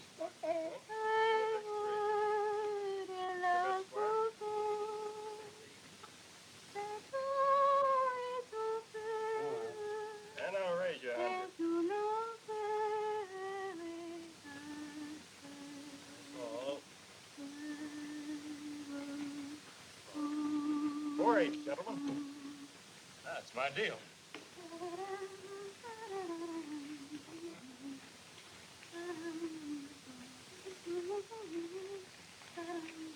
And it is this kind of men of whom the Bible says, either make the tree good and his fruit good, or else make the tree corrupt and his fruit corrupt. For the tree is known by his fruit. And now let us pray. Almighty God, who hast given us this good land for our heritage, save us from discord and confusion, from pride and arrogancy, and from every evil way. Oh, Lord, hide not thy face from me in the day when I am in trouble. Incline thy ear unto me. Cast out the evil spirit, and lead Jabez back into thy kingdom. Amen. I bet $50. I call you. 3 aces. Well, you win. I win. You know, this chair's lucky for a beginner. You French? No, I'm not anything. On with the game, Squire. That's all for today. You'll have to go. Next thing as usual. Right, David. See you next week. Better luck next time, Squire. Oh, just a losing streak. You better be careful, Jabez. People are talking about you in the village. The village. It's like the old Nick has got into him. Getting worse every year. The more he gets, seems more he wants. The deal he made with Hank, he used it as bait for the rest of his neighbor folk to make them slave for him, too. At first, it seemed like out of the goodness of his heart. Now I know different. I used to think Miser Stevens was an ornery cuss who'd pinch a cent till the eagle squeals. But now I'm thinking he ain't so all fire bad compared with Jabez. Every year he builds a new barn, and now look at him. Buying machinery and hiring other folks to work for him. He don't do nothing but gamble and tend his horses. That Hessian gold, you can blame it all on that. That girl he's taken on is nursing with a boy, so he says. But anybody knows who she is. It's a miracle his wife is standing for that sort of thing all these years. You know what a fine woman she is. A man like Jabez could do so much good with his money. A strange sickness seems to have come over him.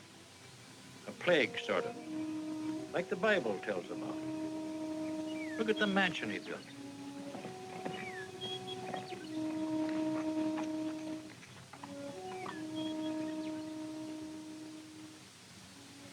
Granny! What is it?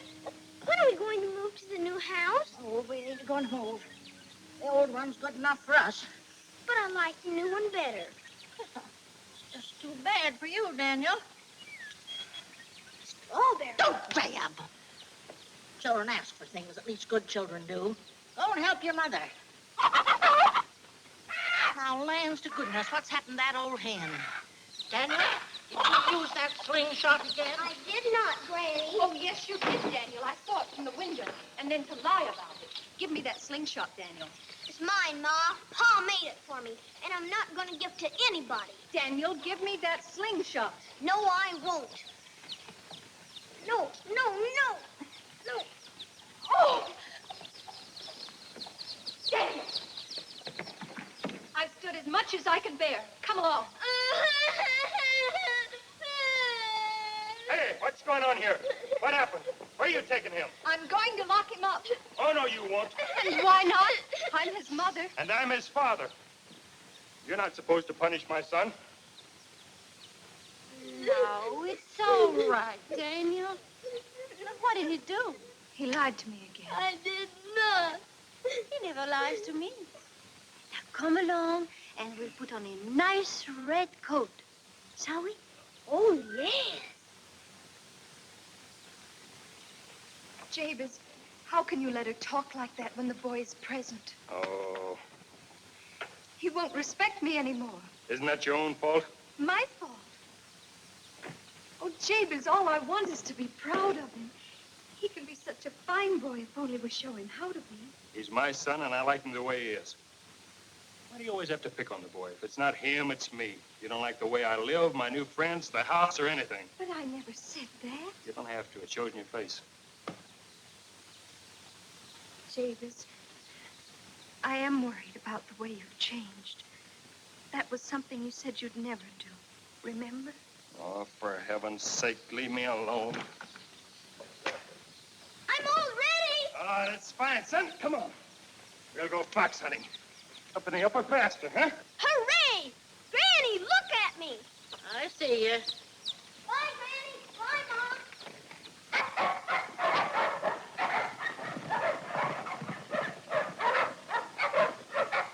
Fox hunting. Stone going fox hunting on weekday. The earth crying out for the meat.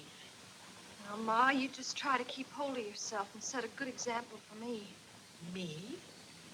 Why, look here, Mary Stone. I'm worried about you. Worried about me? Well, you can just stop. What's that? I said you should just stop worrying. Because I've made up my mind. Hey there, Black Daniel. Hello. Someone to see you, Daniel. If it's the British minister, take him around to the pantry. Give him a drink of Madeira. Tell him to wait. Just someone from New Hampshire. Oh, that's different. Well, boys, I gotta see a friend. Do you mind if I indulge? Oh, of course not. No, you wouldn't. You're not the kind of a woman who is afraid of smoke or fire. No. Let's talk about your affairs. Oh, goodness, Mr. Webster, I've done nothing but talk about that all through dinner. Yes, you've been chatting a lot, woman-like, nibbling around the edges. But you'll forgive an old lawyer's legal mind. I don't think you ever once came to the point. And there is a point, isn't there? Why, yes. It's hard to put into words. There's the matter of little Daniel's schooling and the new house. And there's something else that's wrong. It gets worse year after year. It's like a shadow growing. I can't really talk about it, even to Mom. She puts it all on Jabez, and I won't stand for that. I've heard a lot of odd things about Jabez. Seems he's not making the right kind of name for himself. Mr. Webster, you mustn't believe all the people say. Oh, you don't have to defend him to me. I've been called names myself. You see, all I care about is Jabez. He was the first man I loved.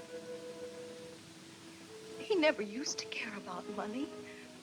We were poor as Job's turkey, and none of us minded. Now I've seen him drive the poor from the door, and we used to be poor ourselves. I've seen him hard and mean, and he isn't hard or mean. I've heard him mock at the church bells, the bells that rang at our wedding. Oh, that isn't like him, Mr. Webster. It must be my fault somehow, my fault. You know, Mary, you've talked to me as you might have talked to your father. And I think he wants me to help you a little. We sometimes feel that we're licked in this life. We weren't put here to be licked. Don't you believe it? We sometimes feel the shadows have got hold of us. The shadows and the evil. But still, it's up to us to fight. You know, I was planning just before you came to make a little trip over to Cross Corners and to get acquainted with that godson of mine and other things.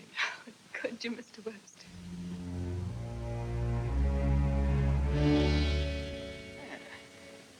Not bad. Not bad at all. Looks all right, eh, Bill? It'll give the folks something to talk about.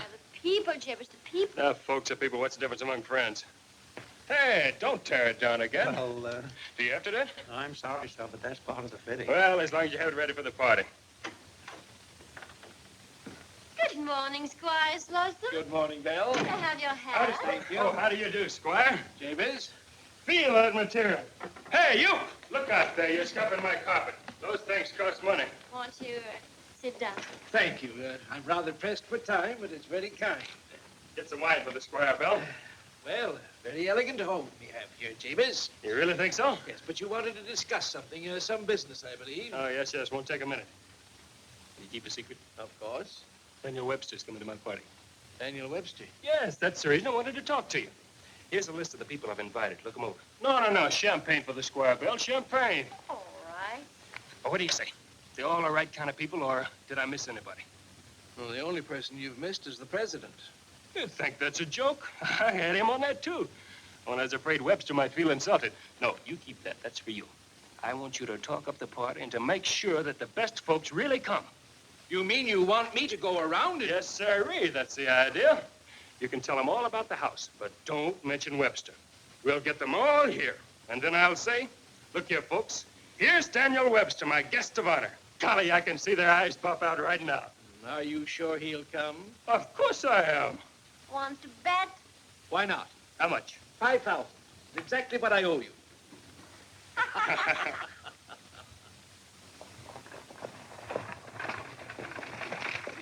Hello there, Colonel. Do you want a lift? Oh. Well, I wouldn't mind. My name's Daniel Stone. Not the son of Jabez Stone. Yes, sir. Huh. Well, this is an occasion. Come on, giddy up, George. Come on, Jeff. Gee, that's fair. It hasn't opened yet. No, but I can hardly wait. Mister, tell me, will there really be a man that eats fire? I guess there will be, if it says so. And two unparalleled Circassian beauties? What is that? Young man, you've got me there. Daniel Webster will be there, too. A list of varied attractions. Which one would you like to see first? I think I'd like to begin with the fire eater. Well, what about Daniel Webster? I'll see him last. And it'd serve him right. Oh. Don't let me ever catch you doing that again. Why, it don't hurt. Yes, it does hurt. And don't do it again. You make him go faster. No, Daniel, they're not race horses. They're two good old friends of mine.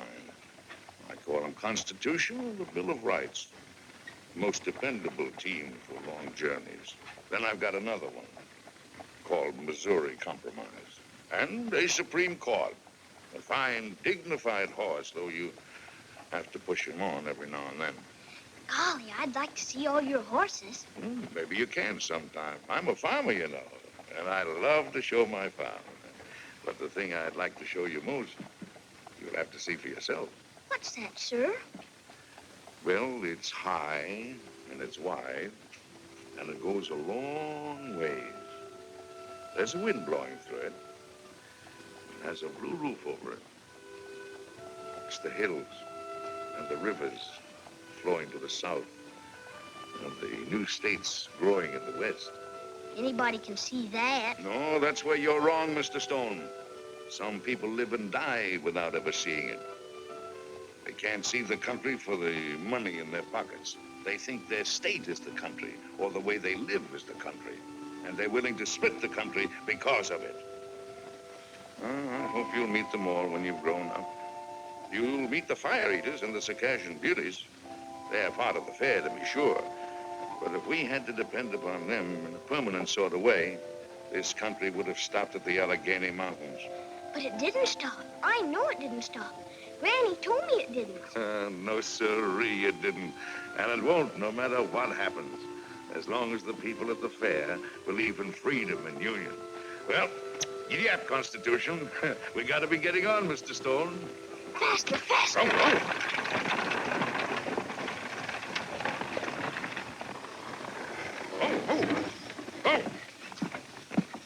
Young man, I think you've got this coming to you. Didn't I tell you not to do that again, huh? Hello, Daniel Webster. Are you Mr. Webster? Yes, I'm Mr. Webster, your godfather. Now, you run along and behave yourself. I'm sorry, Mr. Webster. I expected to see all you folks over at Jabez Stone for the housewarming party. I hope you didn't wait for me to lead the parade. Well, not exactly, Mr. Webster.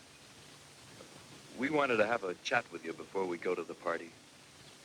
Would you mind having a drink with us? Would I mind having a drink with you, gentlemen? What a question to ask Daniel Webster. I'm leaving now. So you made up your mind to go to his party? You're not angry with me, are you? Oh, fiddlesticks. I might have done the same thing if it had been my husband. Only I'd take the whip along.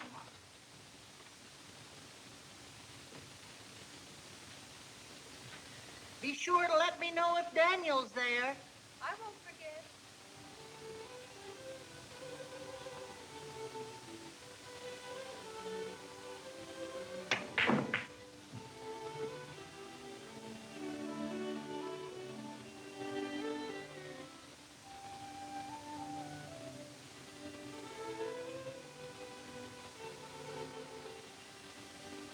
No one here yet, huh? Nope. No one but she. Consonic. What's the matter? Afraid you lose your bed was spoiled? It's not that. It just makes me look so... Jabez. They call me. Daniel, I thought you were in bed. I got up, Mommy, because... What did you do to that cat? Nothing. She was crying in front of my window. I think she's sick. Oh, she's probably hungry. May I give her something to eat? Of course you may. Oh, why don't they come? Jabez, couldn't they play something gayer? That's the kind of music they play for rich people.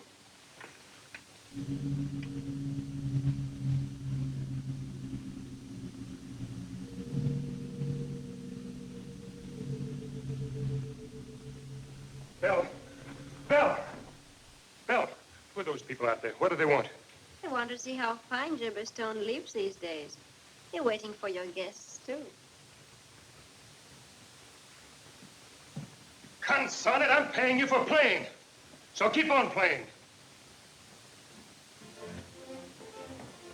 Jabez. Well, what do you think about the new house, Mary? Is it larger than Webster's in Marshfield? What about it? You've been there.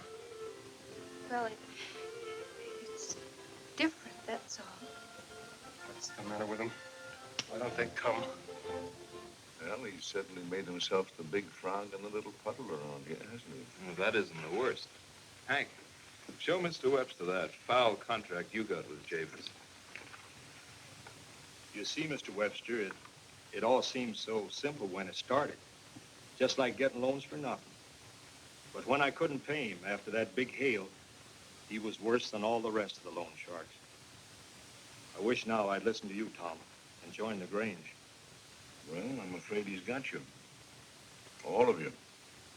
Sewed up tight in his money pocket. Well, isn't there anything you can do, Mr. Webster? I shall do my best.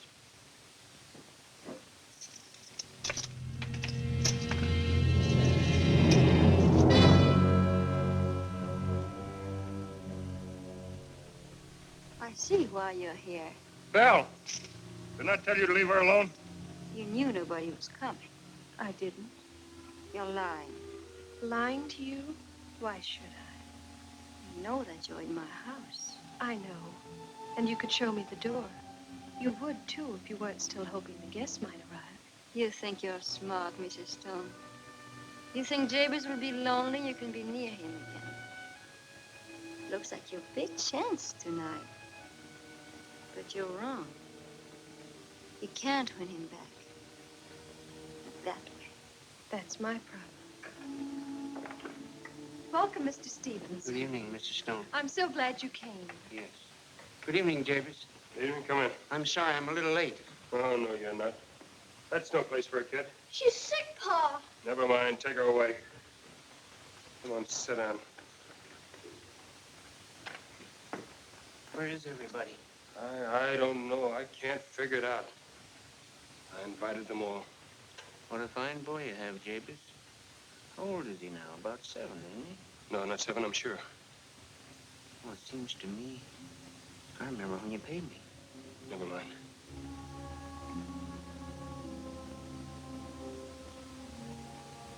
What's the matter with you? You look so... Aren't you afraid? Afraid of what? Of what happens after we die. Are you plumb crazy, man? What do you think happens? You're buried, that's all. But what becomes of our souls? Why are you afraid about something that isn't there? Don't say that. I know it is. I found out. All right, so it's buried with you. But what if one hasn't a soul anymore? What of that? Well, what about it? Who cares anyhow? I do. And I think you should, too. Stevens, what's this all leading up to? You know something. Come on, out with it. You know something about me.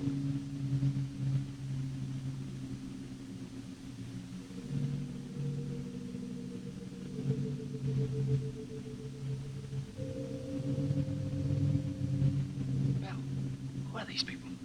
They're all friends of mine. From over the mountain. Hooray for Jabberstone. Thanks. Welcome. Eat, drink. And dance. Music. Jabez! Mr. Webster's coming. Well, where is he? That's his buggy coming up the hill, isn't it? Mr. Stevens, let's dance. No, I can't dance. Oh, yes, you No. can dance with me. No.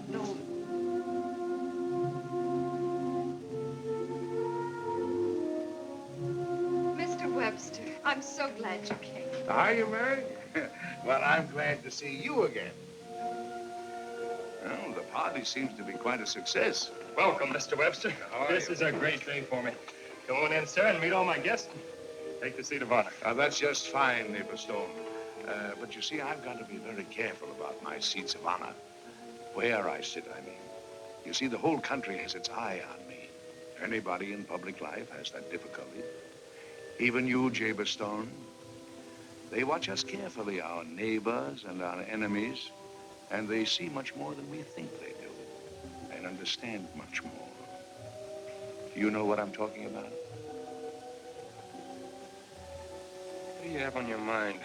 You, Jabez Stone. You and a lot of poor farmers hereabouts. All good men of the earth and in trouble because of you.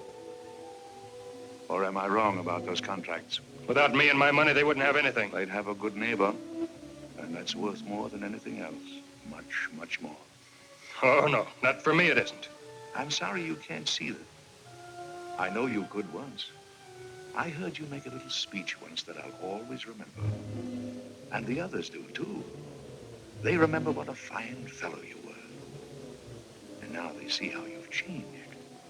And that's why they didn't want to come here tonight. You're as blind as a Burma bat, you in your gold pot. Now, mind you, it's not the money I'm talking about. It's what you make of it. Oh, I don't know what you're talking about.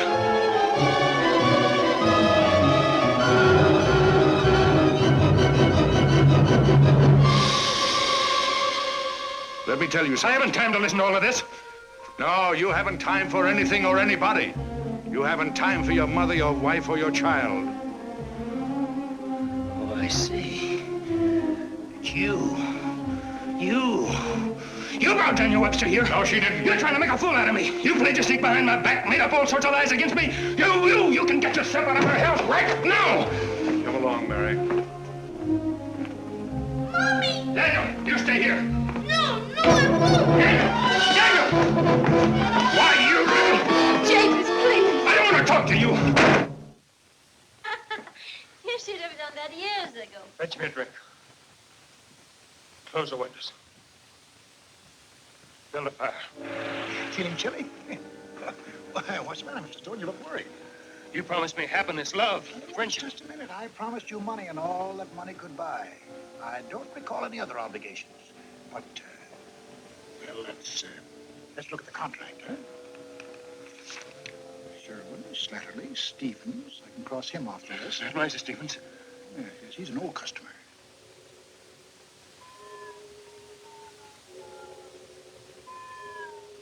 It's Mr. Stevens' voice. Mr. Stevens' soul. I'm sorry for the disturbance. It can't be. He's in there dancing. He was.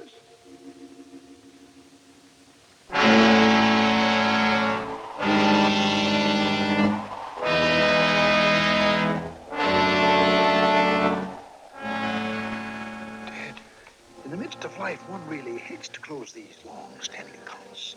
But business is business. Do they all look like moles? Well, the ones I get usually do, yes. They're all so small. Small? Oh, I see what you mean. Why, they vary. Now, a man like Daniel Webster, if I ever got hold of him, I wouldn't be able to keep him in my pocket. I'd have to have a special box built for him. Even so, I imagine the wing spread would be astonishing. Now, in your case, I'd be able to put you in my best pocket.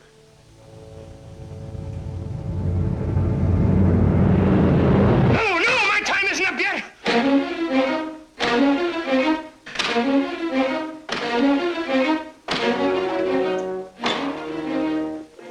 Trying to break our contract, Mr. Stone? Through with you. What a headstrong fellow. I guess you're quite prepared to suffer the consequences. My time isn't up yet. But you violated Clause 5 of our contract. I could collect right now if I chose. Oh, no, not now. I have so many things to make up for. Suddenly you seem quite desperate, Mr. Stone. You know I'm a generous man. I'm always open to reason. With a little security, Anything. You can have it all back. The money, the house, the farm, the whole caboodle. Oh, I'm afraid that's not the sort of security I was thinking of. You see, there's that promising little fellow, your son. Oh, no. Not my son. Not him. I'd rather go with it now, no matter what happens to me. It's not fair to bargain with you now. I'll give you until midnight. Until midnight, Mr. Stone, but not 1 minute more. Daniel!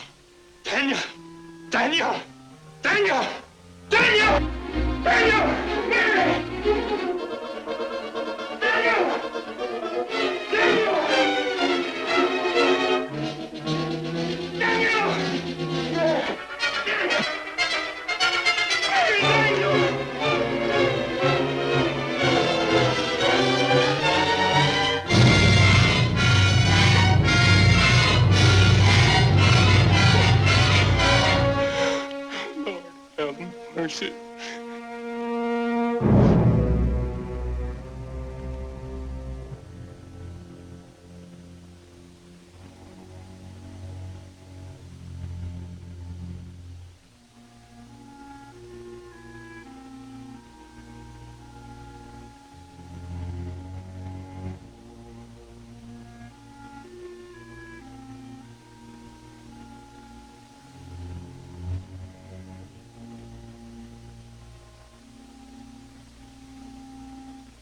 James.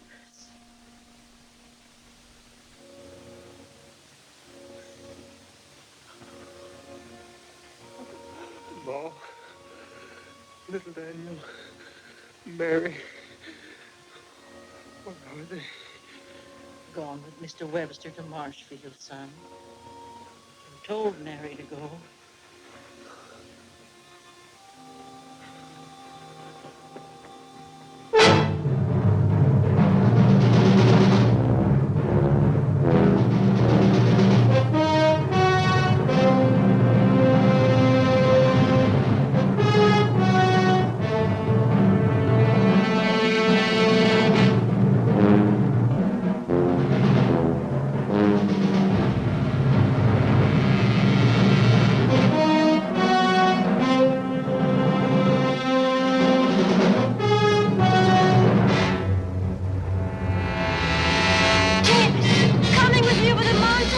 Jabez!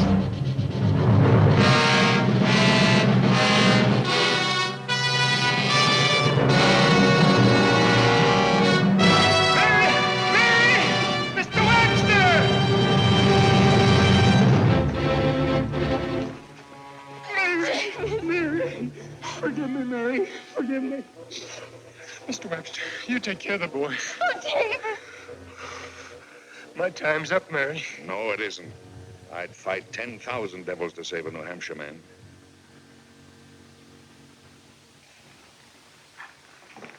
It's here you said you closed the deal with him? Yes, Mr. Webster. It's here where it all began. I see. This is where he wants to collect, too, Here, James. Oh, Mary. Can't I stay? Mary, I think you'd better go back to the house. What love and trust can do for a husband, you've done for yours. And frankly speaking, in a few moments, this is not going to be any place for a lady. Mr. Webster, you will help him then. I'll do my best. You must go, Mary. Now, don't be afraid, Jabez. Remember what the good book says. Set me as a seal upon my heart, as a seal upon mine arm. For love is strong as death. They grow plucky women in New England. How long do we have to wait? Till midnight. Oh, that's fine. Then we have time to christen a jug. Old Medford rum. Oh, there's nothing like it. You know, somehow or other, waiting becomes wonderfully shorter with a jug. I saw an inchworm once take a drop of this, and he stood right up on his hind legs and bit a bee.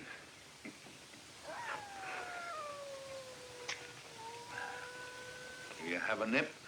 No, there's no joy in it for me. Oh, come now. Just because you sold your soul to the devil, that needn't make you a teetotaler. Hurry, Mr. Webster, hurry while you still have time. No. I never left a jug or a case half finished in all my life. Come in.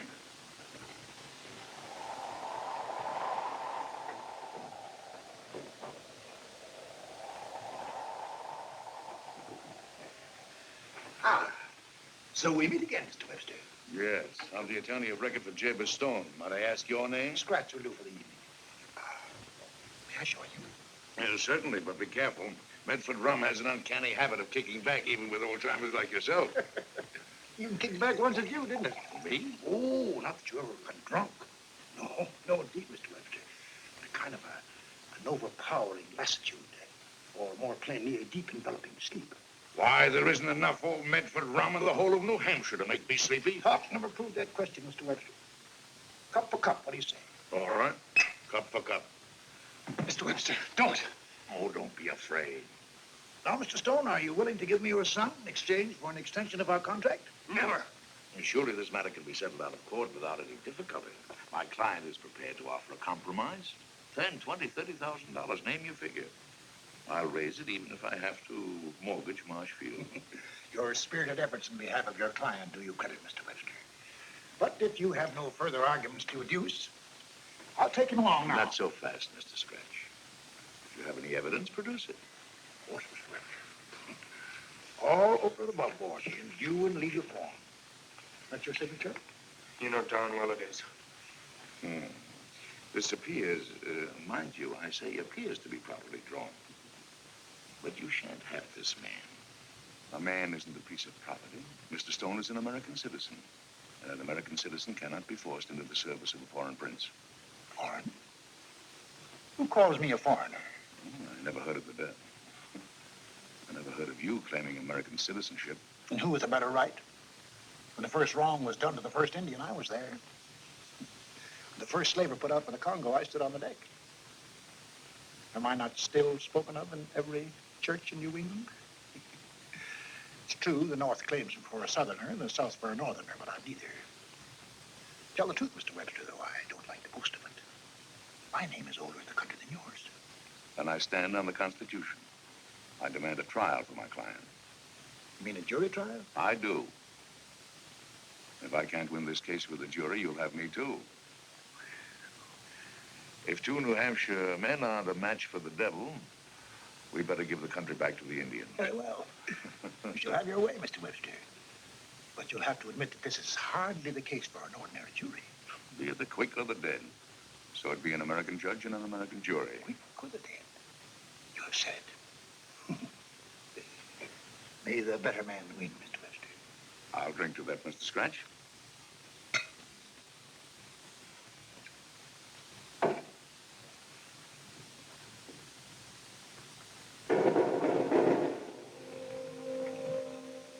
You must pardon the leathery toughness of one or two. Mr. Webster! Captain Kidd, he killed men for gold. Simon Girty, the renegade, he burned men for gold. Governor Dale, he broke men on the wheel. Asa, Black Monk, he choked him to death. Floyd Ireson and Steve Bonnet, the fiendish butchers. Walter Butler, king of the massacre. Big and Little Harp, robbers and murderers. Peach the cutthroat. Morton the vicious lawyer. And General Benedict Arnold. You remember him, no doubt. A jury of the damned. Dastards, liars, traitors, knaves. This is monstrous.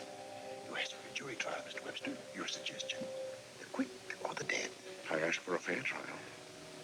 Americans all. Oyez. The trial dream of the Midnight Court of the state of New Hampshire and the county of Franklin is now in session. Justice Haythorne presiding. Oyez. The Devil versus Jabez Stone.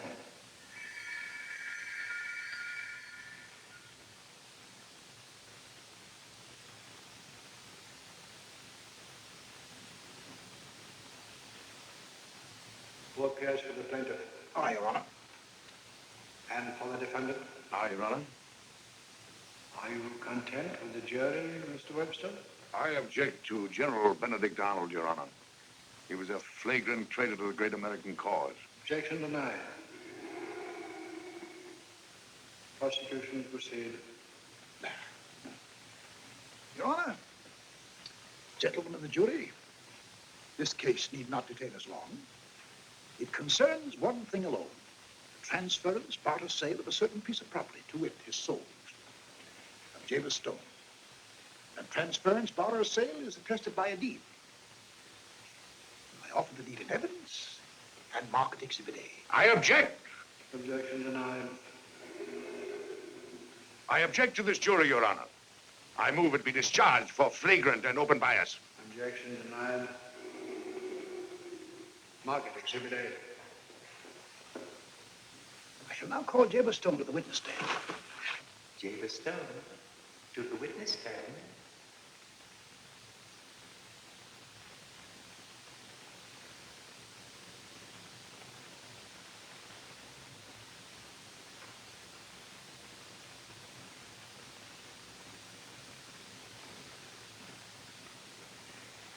Mr. Stone, did you or did you not sign that document? But you tricked me into it. You told me my soul was nothing. That I could forget all about a soul in exchange for money. But that was a lie. That is highly irrelevant to the case, Your Honor. Leave out the soul. Proceed. I should like to ask Mr. Stone whether or not I faithfully fulfilled my part of the bargain. Didn't I give you 7 years of good luck and prosperity? Didn't I make you the richest man in the country? Yes, I'm the richest man in the country. I can't see, I can't think of anything but money. Well, I'm hardly responsible for the pricking of your wholly unnecessary conscience. Prosecution rests. Does the jury wish to consider the case? Evidently it does not. Take your man, Mr. Scratch. I protest, Your Honor. I wish to cross-examine to prove... There will be no cross-examination in this court.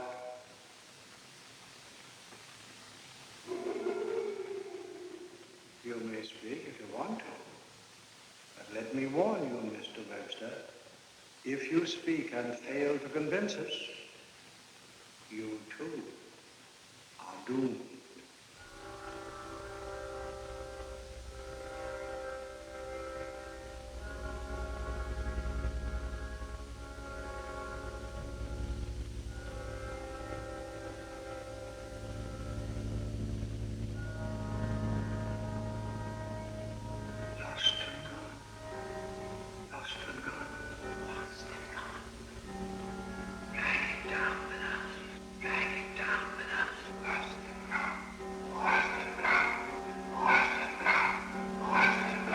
Be still!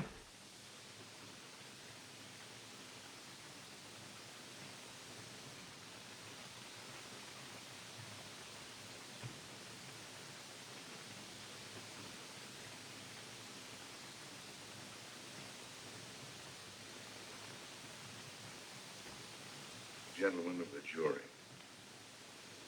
tonight it is my privilege to address a group of men I've long been acquainted with in song and story, but men I had never hoped to see. My worthy opponent, Mr. Scratch, called you Americans all. Mr. Scratch is right. You were Americans all. Oh, what a heritage you were born to share. Gentlemen of the jury, I envy you, for you were present at the birth of a mighty union. It was given to you to hear those first cries of pain and behold a shining babe born of blood and tears. You are called upon tonight to judge a man named Jabez Stone. What is his case? He is accused of breach of contract. He made a deal to find a shortcut in his life to get rich quickly. The same kind of a deal all of you once made. You, Benedict Arnold, I speak to you first because you are better known than the rest of your colleagues here. What a different song yours could have been. A friend of Washington and Lafayette, a soldier. General Arnold, you fought so gallantly for the American cause till, let me see, what was the date? 1779. That date burned in your heart. The lure of gold made you betray that cause. And you, Simon Girty, now known to all as Renegade, a loathsome word. You also took that other way. And you, Walter Butler, what would you give for another chance to see the grasses grow in Cherry Valley without the stain of blood? I could go on and name you all, but there's no need of that. Why stir the wounds? I know they pain enough. You were fooled like Jabez Stone, fooled and trapped in your desire to rebel against your fate. Gentlemen of the jury, it is the eternal right of every man to raise his fist against his fate. And when he does, he's at crossroads. You took the wrong turn, so did Jabez Stone. But he found it out in time. He's here tonight to save his soul. Gentlemen of the jury, I ask you to give Jabez Stone another chance to walk upon this earth, among the trees, the growing corn, and the smell of grasses in the spring. What would you all give for another chance to see those things you must all remember and often long to touch again? For you were all men once. Clean American air was in your lungs, and you breathed it deeply, for it was free and blew across an earth you loved. These are common things I speak of, small things, but they are good things. Yet without your soul, they mean nothing. Without your soul, they sicken. Mr. Scratch once told you that your soul meant nothing, and you believed him, and you lost your freedom. Freedom isn't just a big word. It is the morning and the bread and the risen sun. It was for freedom we came to these shores in boats and ships. It was a long journey, a hard one and a bitter one. Yes, there is sadness in being a man. But it is a proud thing, too. And out of the suffering and the starvation and the wrong and the right, a new thing has come. A free man. And when the whips of the oppressors are broken and their names forgotten and destroyed, free men will be talking and walking under a free star. Yes, we have planted freedom in this earth like wheat. And we have said to the skies above us, a man shall own his own soul. Now, here is this man. He is your brother. You are Americans all. You can't be on his side, the side of the oppressor. Let Jabez Stone keep his soul, a soul which doesn't belong to him alone, but to his family, his son, and his country. Gentlemen of the jury, don't let this country go to the devil. Free Jabez Stone. God bless the United States and the men who made her free.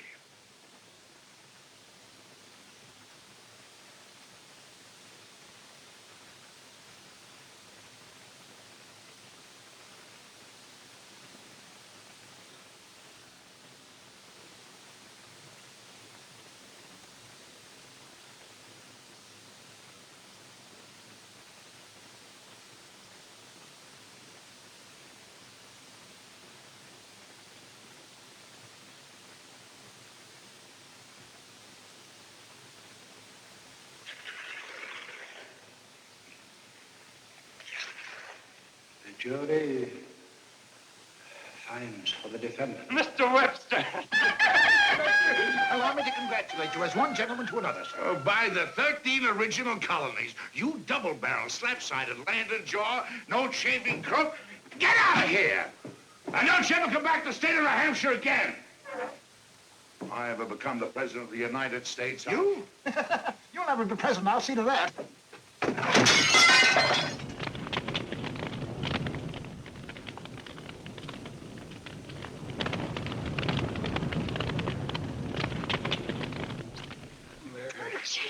I think we deserve a little breakfast. Oh, Mr. Webster. It's good to see you smile again, Mary. Jabez, your new house is on fire. Good. The consign thing ought to burn. But I'm glad you're here, Tom. There's some other things I want to settle. Those contracts. First, let's all have breakfast. Thank you, Mary. Here they are. Ma! Ma, there's a few more people coming. I see them. Is there enough? Certainly, we've got plenty for everybody. Bread and butter and eggs and sausage. What about Mr. Webster's pie? Don't you worry, I've got it all ready. Daniel, tell her to hurry up. The coffee's getting cold. Yes, Granny. Breakfast is ready. Well, Jabez, now that you've torn up the contracts, would you like to join the Grange? Of course, Tom, I'd be glad to. From now on, we'll all work together, huh? Please, everybody, sit down. Well, it's a wonderful... You know, there's nothing better than a good old-fashioned country breakfast on a morning like this. Hey, where's Ma Stone? Oh, she'll be here in a minute. She's got a special surprise for you. Oh. Granny! Come on, Ma! There she is. Peach pie? Peach pie. Well, what the devil?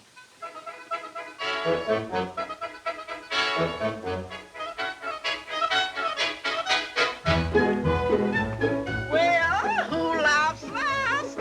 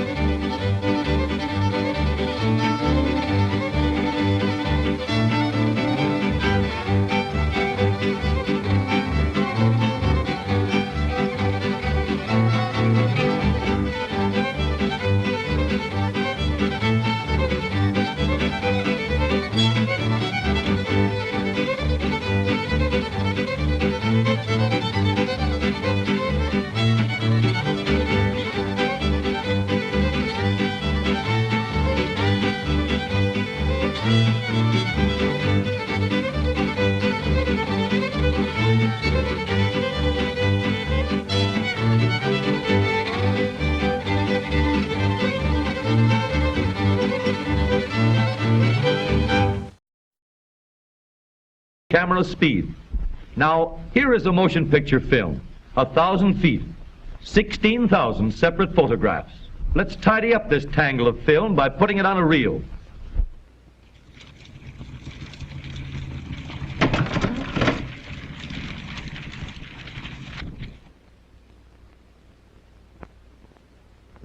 Now, we'll build a projection machine to show the pictures on a screen.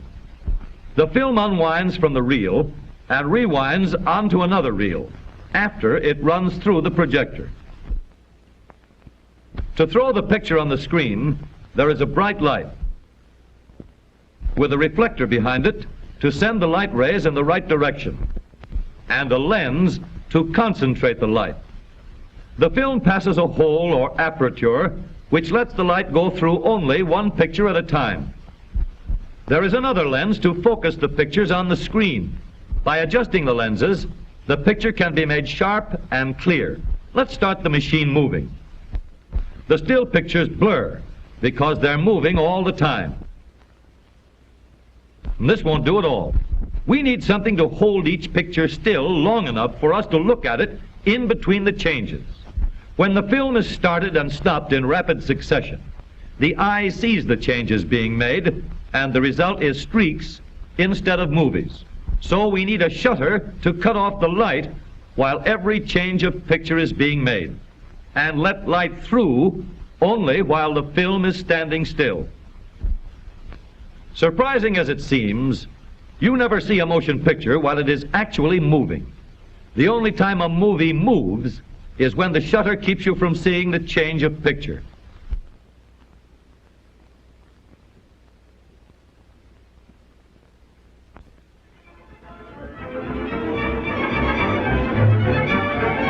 Then we see it just the way it looks in real life.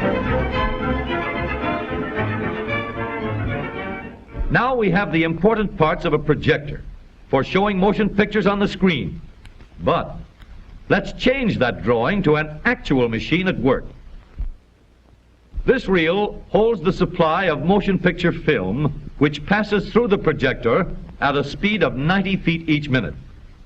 Slots on this aperture plate guide the film past the narrow beam of light so that only one picture can be seen at a time.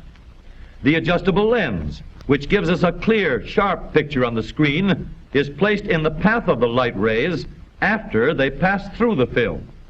Sprockets, which guide the film as well as start it and stop it, are placed in position to hold the film in proper position at all times. The shutter is placed behind the film to cut off the light at intervals while the pictures change.